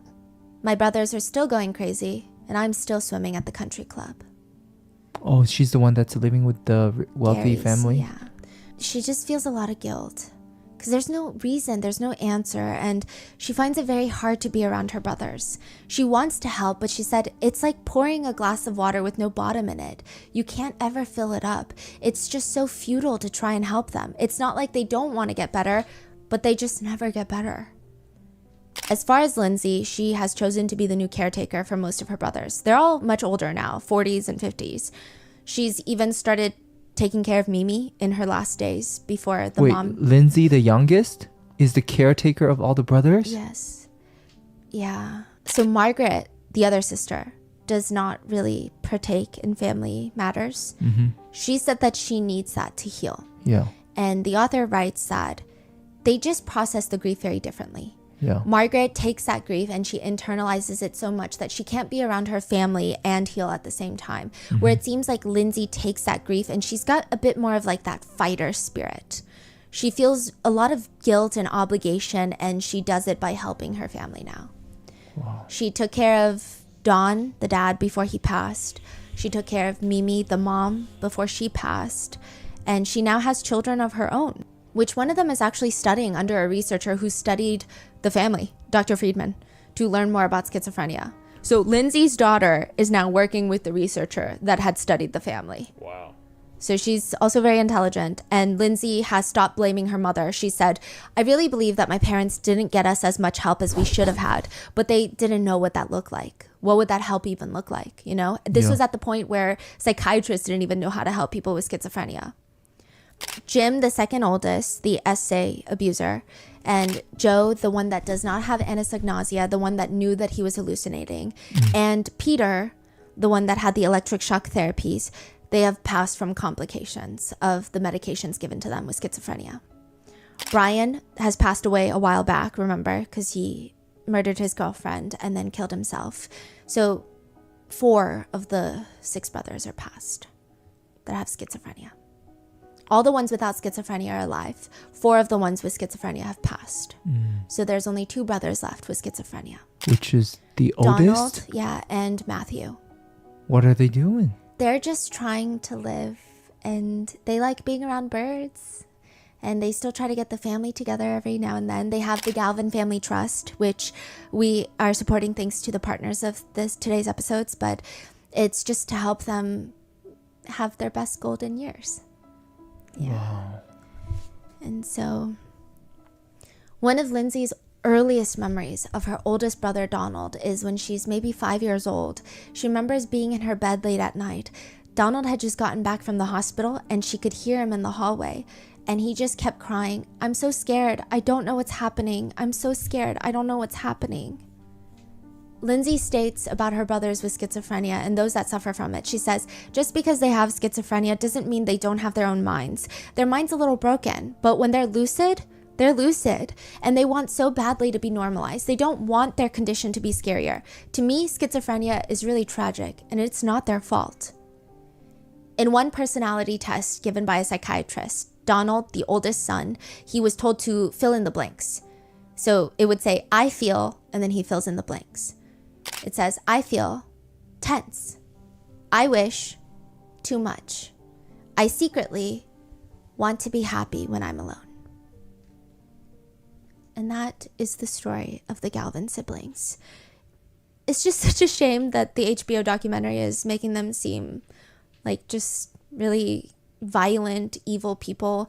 I do think that obviously Jim is a bad person, but it's just the other brothers with schizophrenia. There are little bouts of violence that happened, but I think this is also at a time where schizophrenia treatment was nowhere near where it is today. And even today, it's not good. So clearly, we still haven't got a grip on what and how to treat schizophrenia.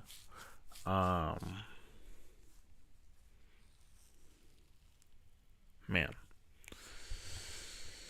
what a way to go.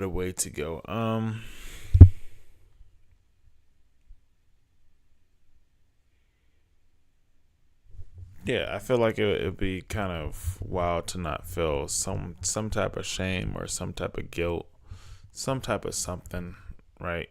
Even though it's not your fault as a child living without schizophrenia, but everybody around you is, and like feeling helpless that you can't even help your own family in a way that you believe you was most helpful. Yeah. That is a toughie. What do you guys think about the whole thing? Let's have a little conversation before I end stream.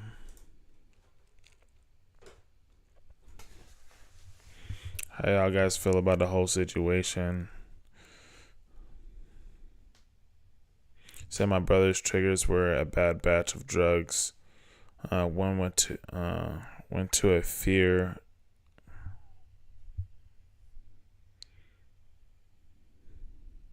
Did I read that right? Said one went to a fear everything child state. Oh, okay. And the other had a violent reaction and has been in that state ever since. Wow. Yeah, that's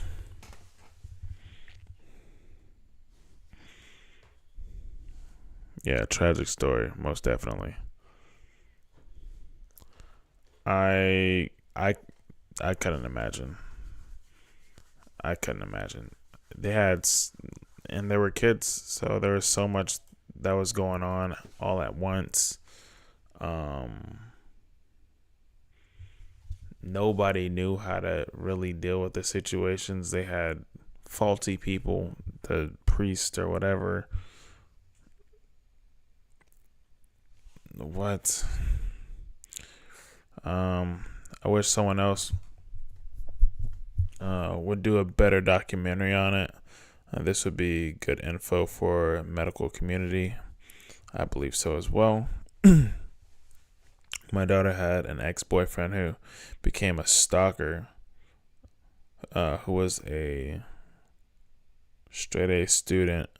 When she broke up with him, he became very scary. He never went back to college. Yeah, I think that's also something that needs to be talked about, because it's never talked about, especially as adult to children breakups. Am I right? Like, nobody's been taught how to really deal with a breakup, and like how much you invest in, like, all the things, right? Honestly, to be real with you, personally, let's just say that personally, I'd have been better off if I didn't look at any girls, date any girls, go out with any girls during my childhood. Straight up, I'd have been way better off. Y'all a distraction. Girls are a distraction. Boys are a distraction. But nah, seriously, understanding how to properly deal with breakups or relationships or whatever the case, because they're it's a wild game to play. It's almost like emotional Russian roulette. It's a hard thing to deal with, but like the story says, you can only do the best you can and hope they are at peace at some point. Yeah. People need more info, the signs, and where to go. Yeah.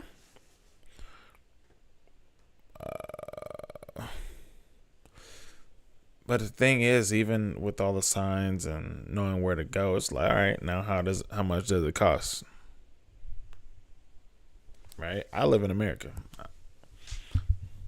Everything costs. Breathing, they about to start taxing on breathing. You know what I mean? So that comes into play as well. Because if somebody just so happens to get into, like, do a diagnostic on my mental illness, you're either going to be a guinea pig and they might break you off like a discount or for free, whatever the case, because it's still something that they're researching, or you're still paying a whole bunch out the yin yang. You feel me?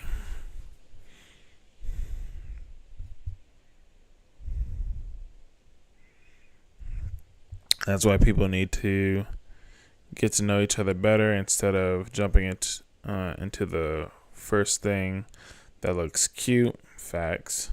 Back in the day, I had a 6-month rule before I ever took a guy serious. That's good. That's good.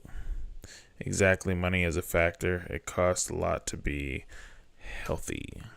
Yeah.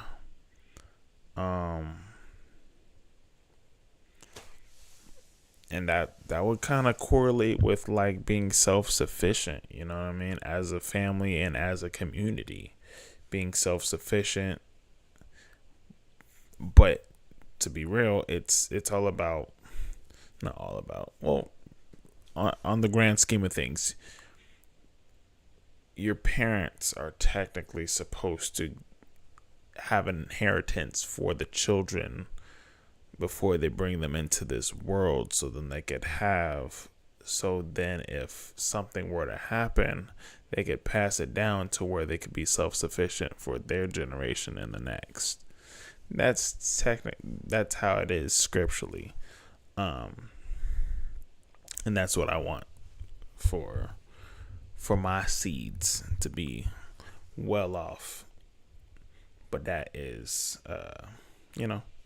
that type of stuff takes time and takes willingness from your significant other and proper planning, preparation, all types of things. There's a lot of variables that come into that account to be self-sufficient in that sense. We could even do a conspiracy stream. Hey, reality is more scary than you think, especially when people think it's not real. But it's realer than real. You know what I'm saying?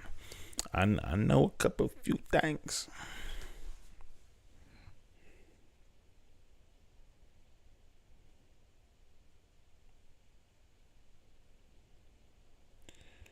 You know, double A's don't have generational wealth. And here are what? Facts. Listen. To be for realsies.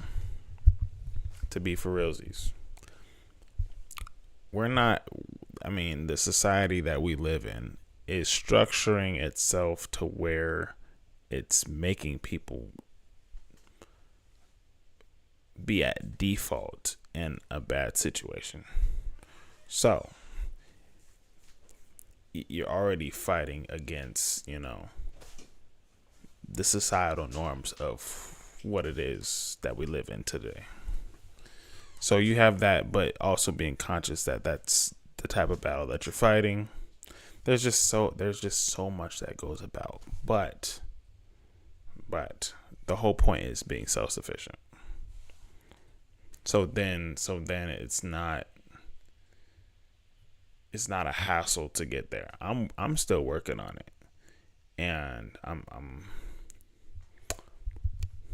in about 2-3 years, yo. In about 2-3 years, I'll be fully on go. But yeah, the health, learning how to develop your body, and growing throughout this society.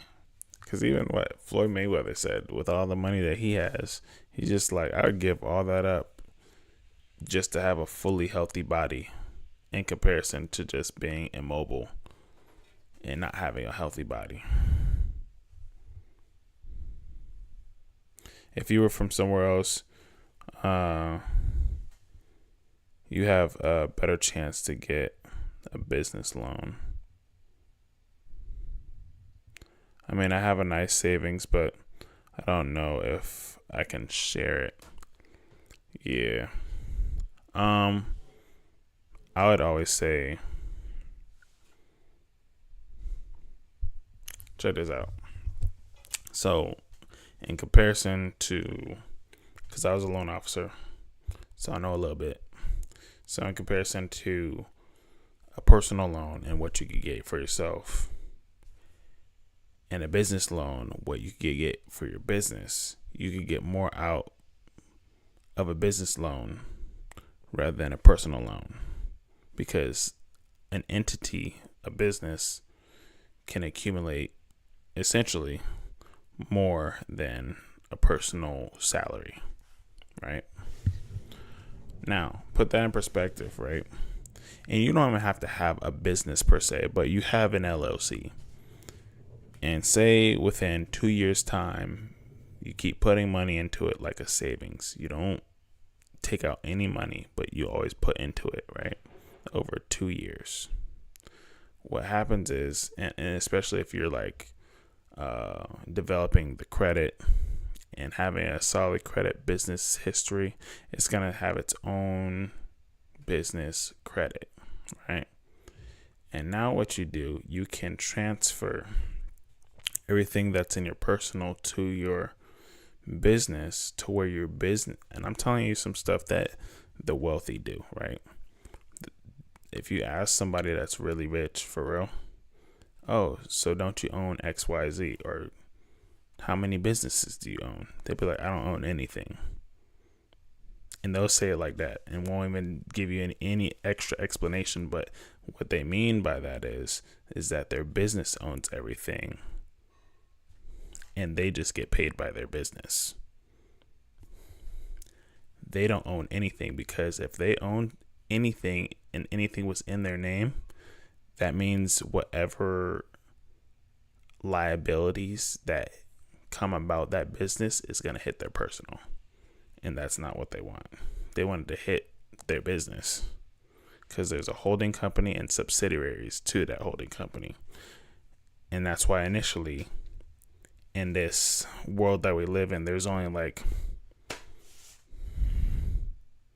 I think about like 4 to 6 families that really run the whole world. And all of them have holding companies and subsidiaries to those companies, like all of the gas stations. Think of it like Texaco, Chevron, Shell gas station. All of those, they're all the same people. All of them are the same people. It makes it seem like they're all combating against one another and they're separate entities. But they'd be like, oh, this family owns 10 different gas stations and this family owns 7 different gas stations, but they're all best friends. The difference between how rich people and ideally broke people do business are 2 different ways. Rich people work together. Broke people compete against each other, fighting over scraps. Ridiculous.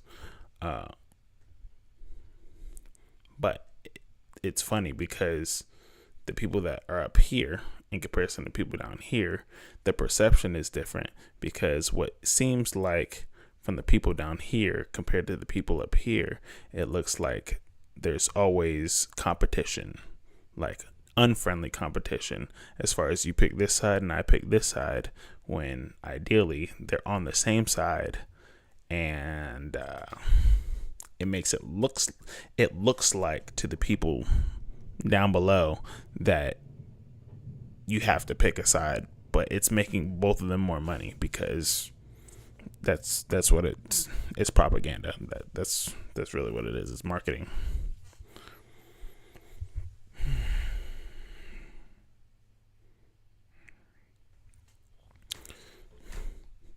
Tis a lot that goes on in the world, but like I was saying before, compared to personal loan and business loan, you could get more out of your business loan.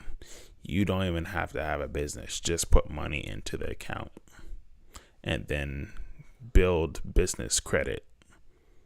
So, because you could have a higher credit limit, like you could get 6 figures in there, right? And it's not like all just one way. You have to, personal line of credit, credit cards, etc., etc. You get grants, money that you don't have to pay back, blah, blah, blah.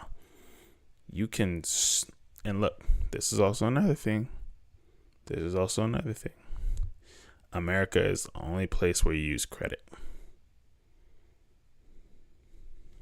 I mentioned this before, but a lot of the Kenyans will come to America. They build their personal credit up, and until they get like 30, 40,000, and wire it all the way back to Kenya and help build their communities. And then they would dip. We're not coming to find them because they didn't pay $233 on their personal line of credit. Like, what? No. The banks already get paid off of people putting in money, like 10. I think it's like every dollar is like 10 times, rough estimate. But yeah, definitely need more research. Yeah, some people are saying that SK is going to stream Lollapalooza on their channel at 8:30. Oh, really? But I don't know if it's true. with no physical business? No, because everything, you can have a digital business, just like you go on the internet, right? You can buy a digital store, or you can have a digital product, or you can have a website, right? You can have a website and it have t-shirts on it, right? You can develop it however you want, but there's plenty of businesses that started one way and didn't finish the same. Like, I can't think of anything off the top of my head, but there's plenty of businesses where they started as a tire company, but now they're a smoothie company. Like, that happens, you know what I mean? You don't start how you finish all the time. So yes, you can have a business that's not physical. You can have a website and it's whatever, www.whatever.com, your website. You know what I mean? There's plenty of times where people do that. So no, you don't need a physical business. Now you get a PO box. You get yourself you can go on Google and get yourself a business phone number. All these things, right? All these things. And at the end of the day, it's still going to come down to how are you going to, because what you're going to do with these funds, say that you have a business, it's already established, right? But all you need is funding. These are the steps that you do to be able to get funding. Because if what you have already works, all you need is marketing, or a better marketing team, or ads, or whatever, or a team that helps you run your content or your business or whatever. It's only gonna make you more money if it already works, right? So, funding, or you don't have to spend the money. And remember, you probably don't actually have a business. You probably what you could do with that money is you take that money and you just save it, or invest it into assets that are already making money, or invest into businesses that already are established, and you delegate different 10,000 over here, 10,000 over there, 10,000 over there, 10,000 over there. So you have 100,000, right? And you just divvy it out like 7 different ways, and then you pocket the other 30, right? And save it for, and probably divide that into 2 different entities, to where you have your USD and then into like other banks that are not in the United States, or whatever the case. So therefore, you're still always accumulating money while you're still working a job or doing your thing, whatever the case. But I'm just giving you a little scoop of knowledge that is definite. That is definite. And listen, like I said, if you don't plan to live in America,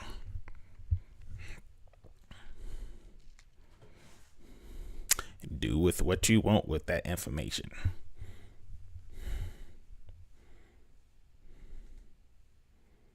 Not me shaking my head and understanding, like, y'all can see me. Low. Big lows. But let me check my phone to see. You said 8:30. SKZ is going stream Lollapalooza on their channel at 8:30 a.m. Are we talking about? Because 8:30 been past, yo.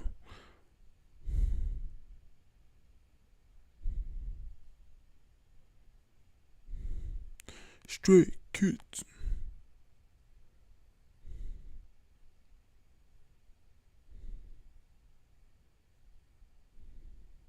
I don't see any reminders or any notifications on their page.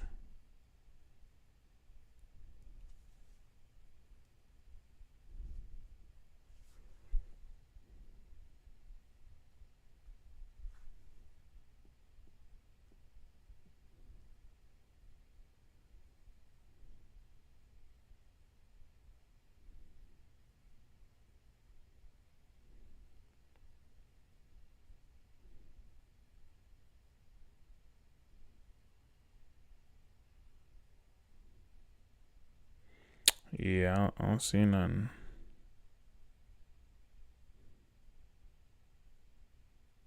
Oh, wait.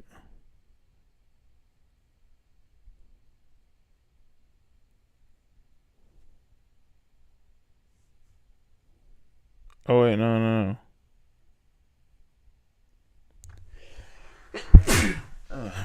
Excuse me. Let's see. What? The uploader has not made this video available in the country. Well, I don't have.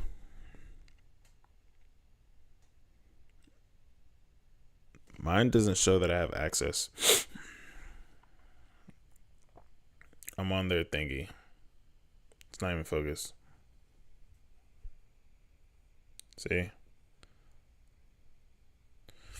It says the uploader has not made this video available in your country. So it's being streamed. It says 3 minutes ago. Started 3 minutes ago. So I'm guessing it got blocked from the United States. That's what I'm guessing. And that's what I mean when I say on YouTube it blocks, you know. It be blocking. You know what I'm saying? It do be blocking.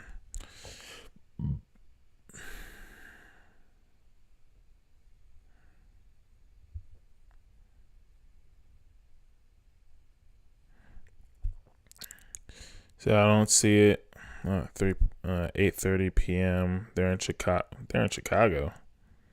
I don't see anything for SKZ.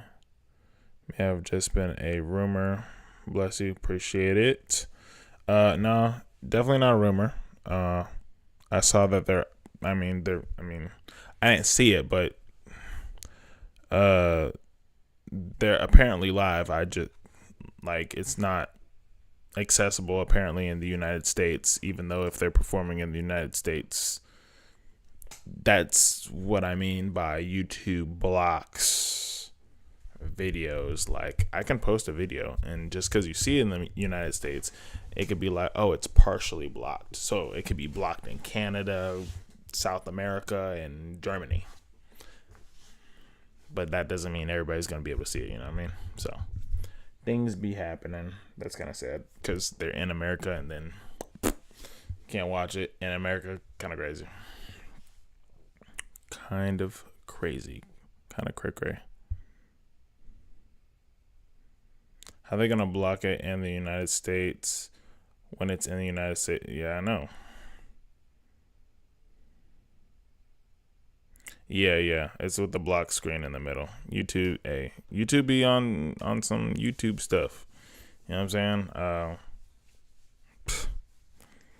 But that's why I'm gonna continually do more on Patreon because of that. Because I got annoyed, especially like when I finally became a YouTube partner.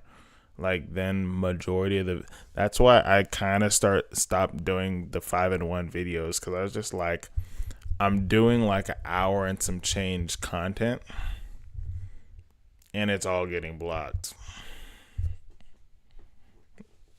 Like, it was whack. So I was just like, all right, I'm gonna chill off that. And if I did anything, then I just posted to like Patreon. So that's why I did it. I did it.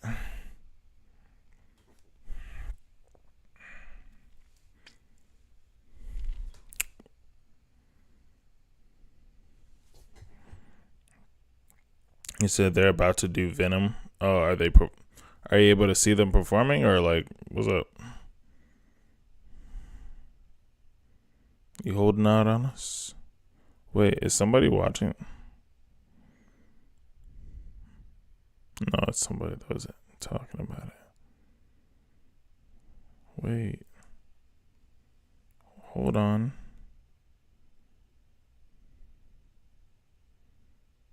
Nah, they capping. Oh, that's whack. They lied, yo.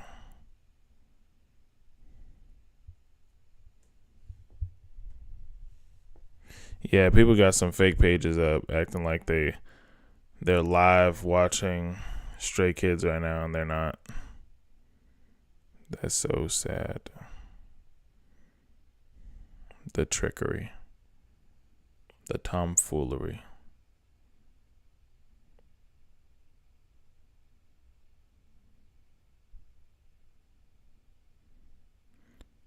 Oh, are they doing it on Hulu? I ain't got. Well, I think I might have Hulu. I think now I have Hulu. I'm not sure. I'd have to check. But, hey man, say man. What I want to do is I want to stream early. My plan is to stream early tomorrow. Earlier tomorrow. So I'm gonna try to do that as best as I can after I go to the gym, eat breakfast. Cause I think what I'm gonna have to do so then I could properly delegate my time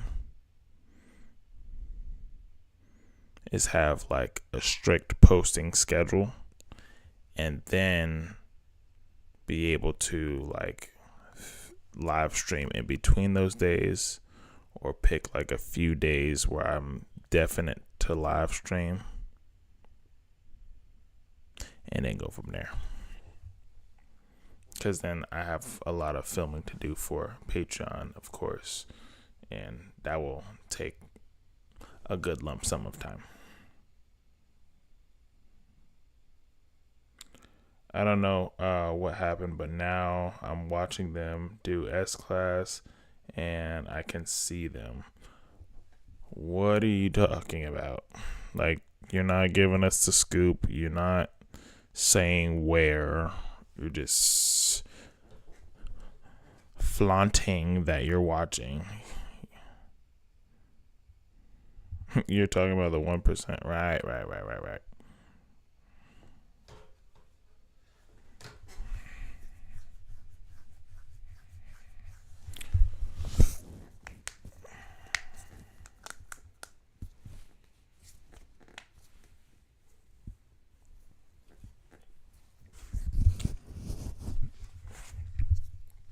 Okie dokie, artichokes.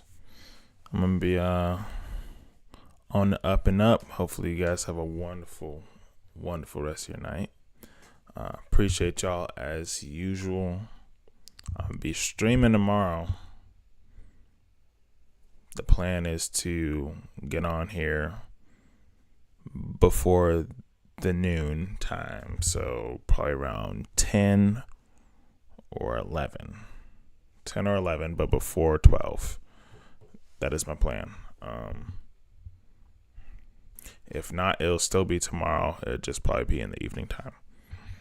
But yeah, still getting settled in. Married life.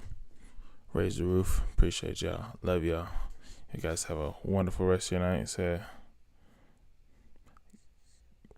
yeah, I researched that too. But you Kenya, you live in Africa, don't you?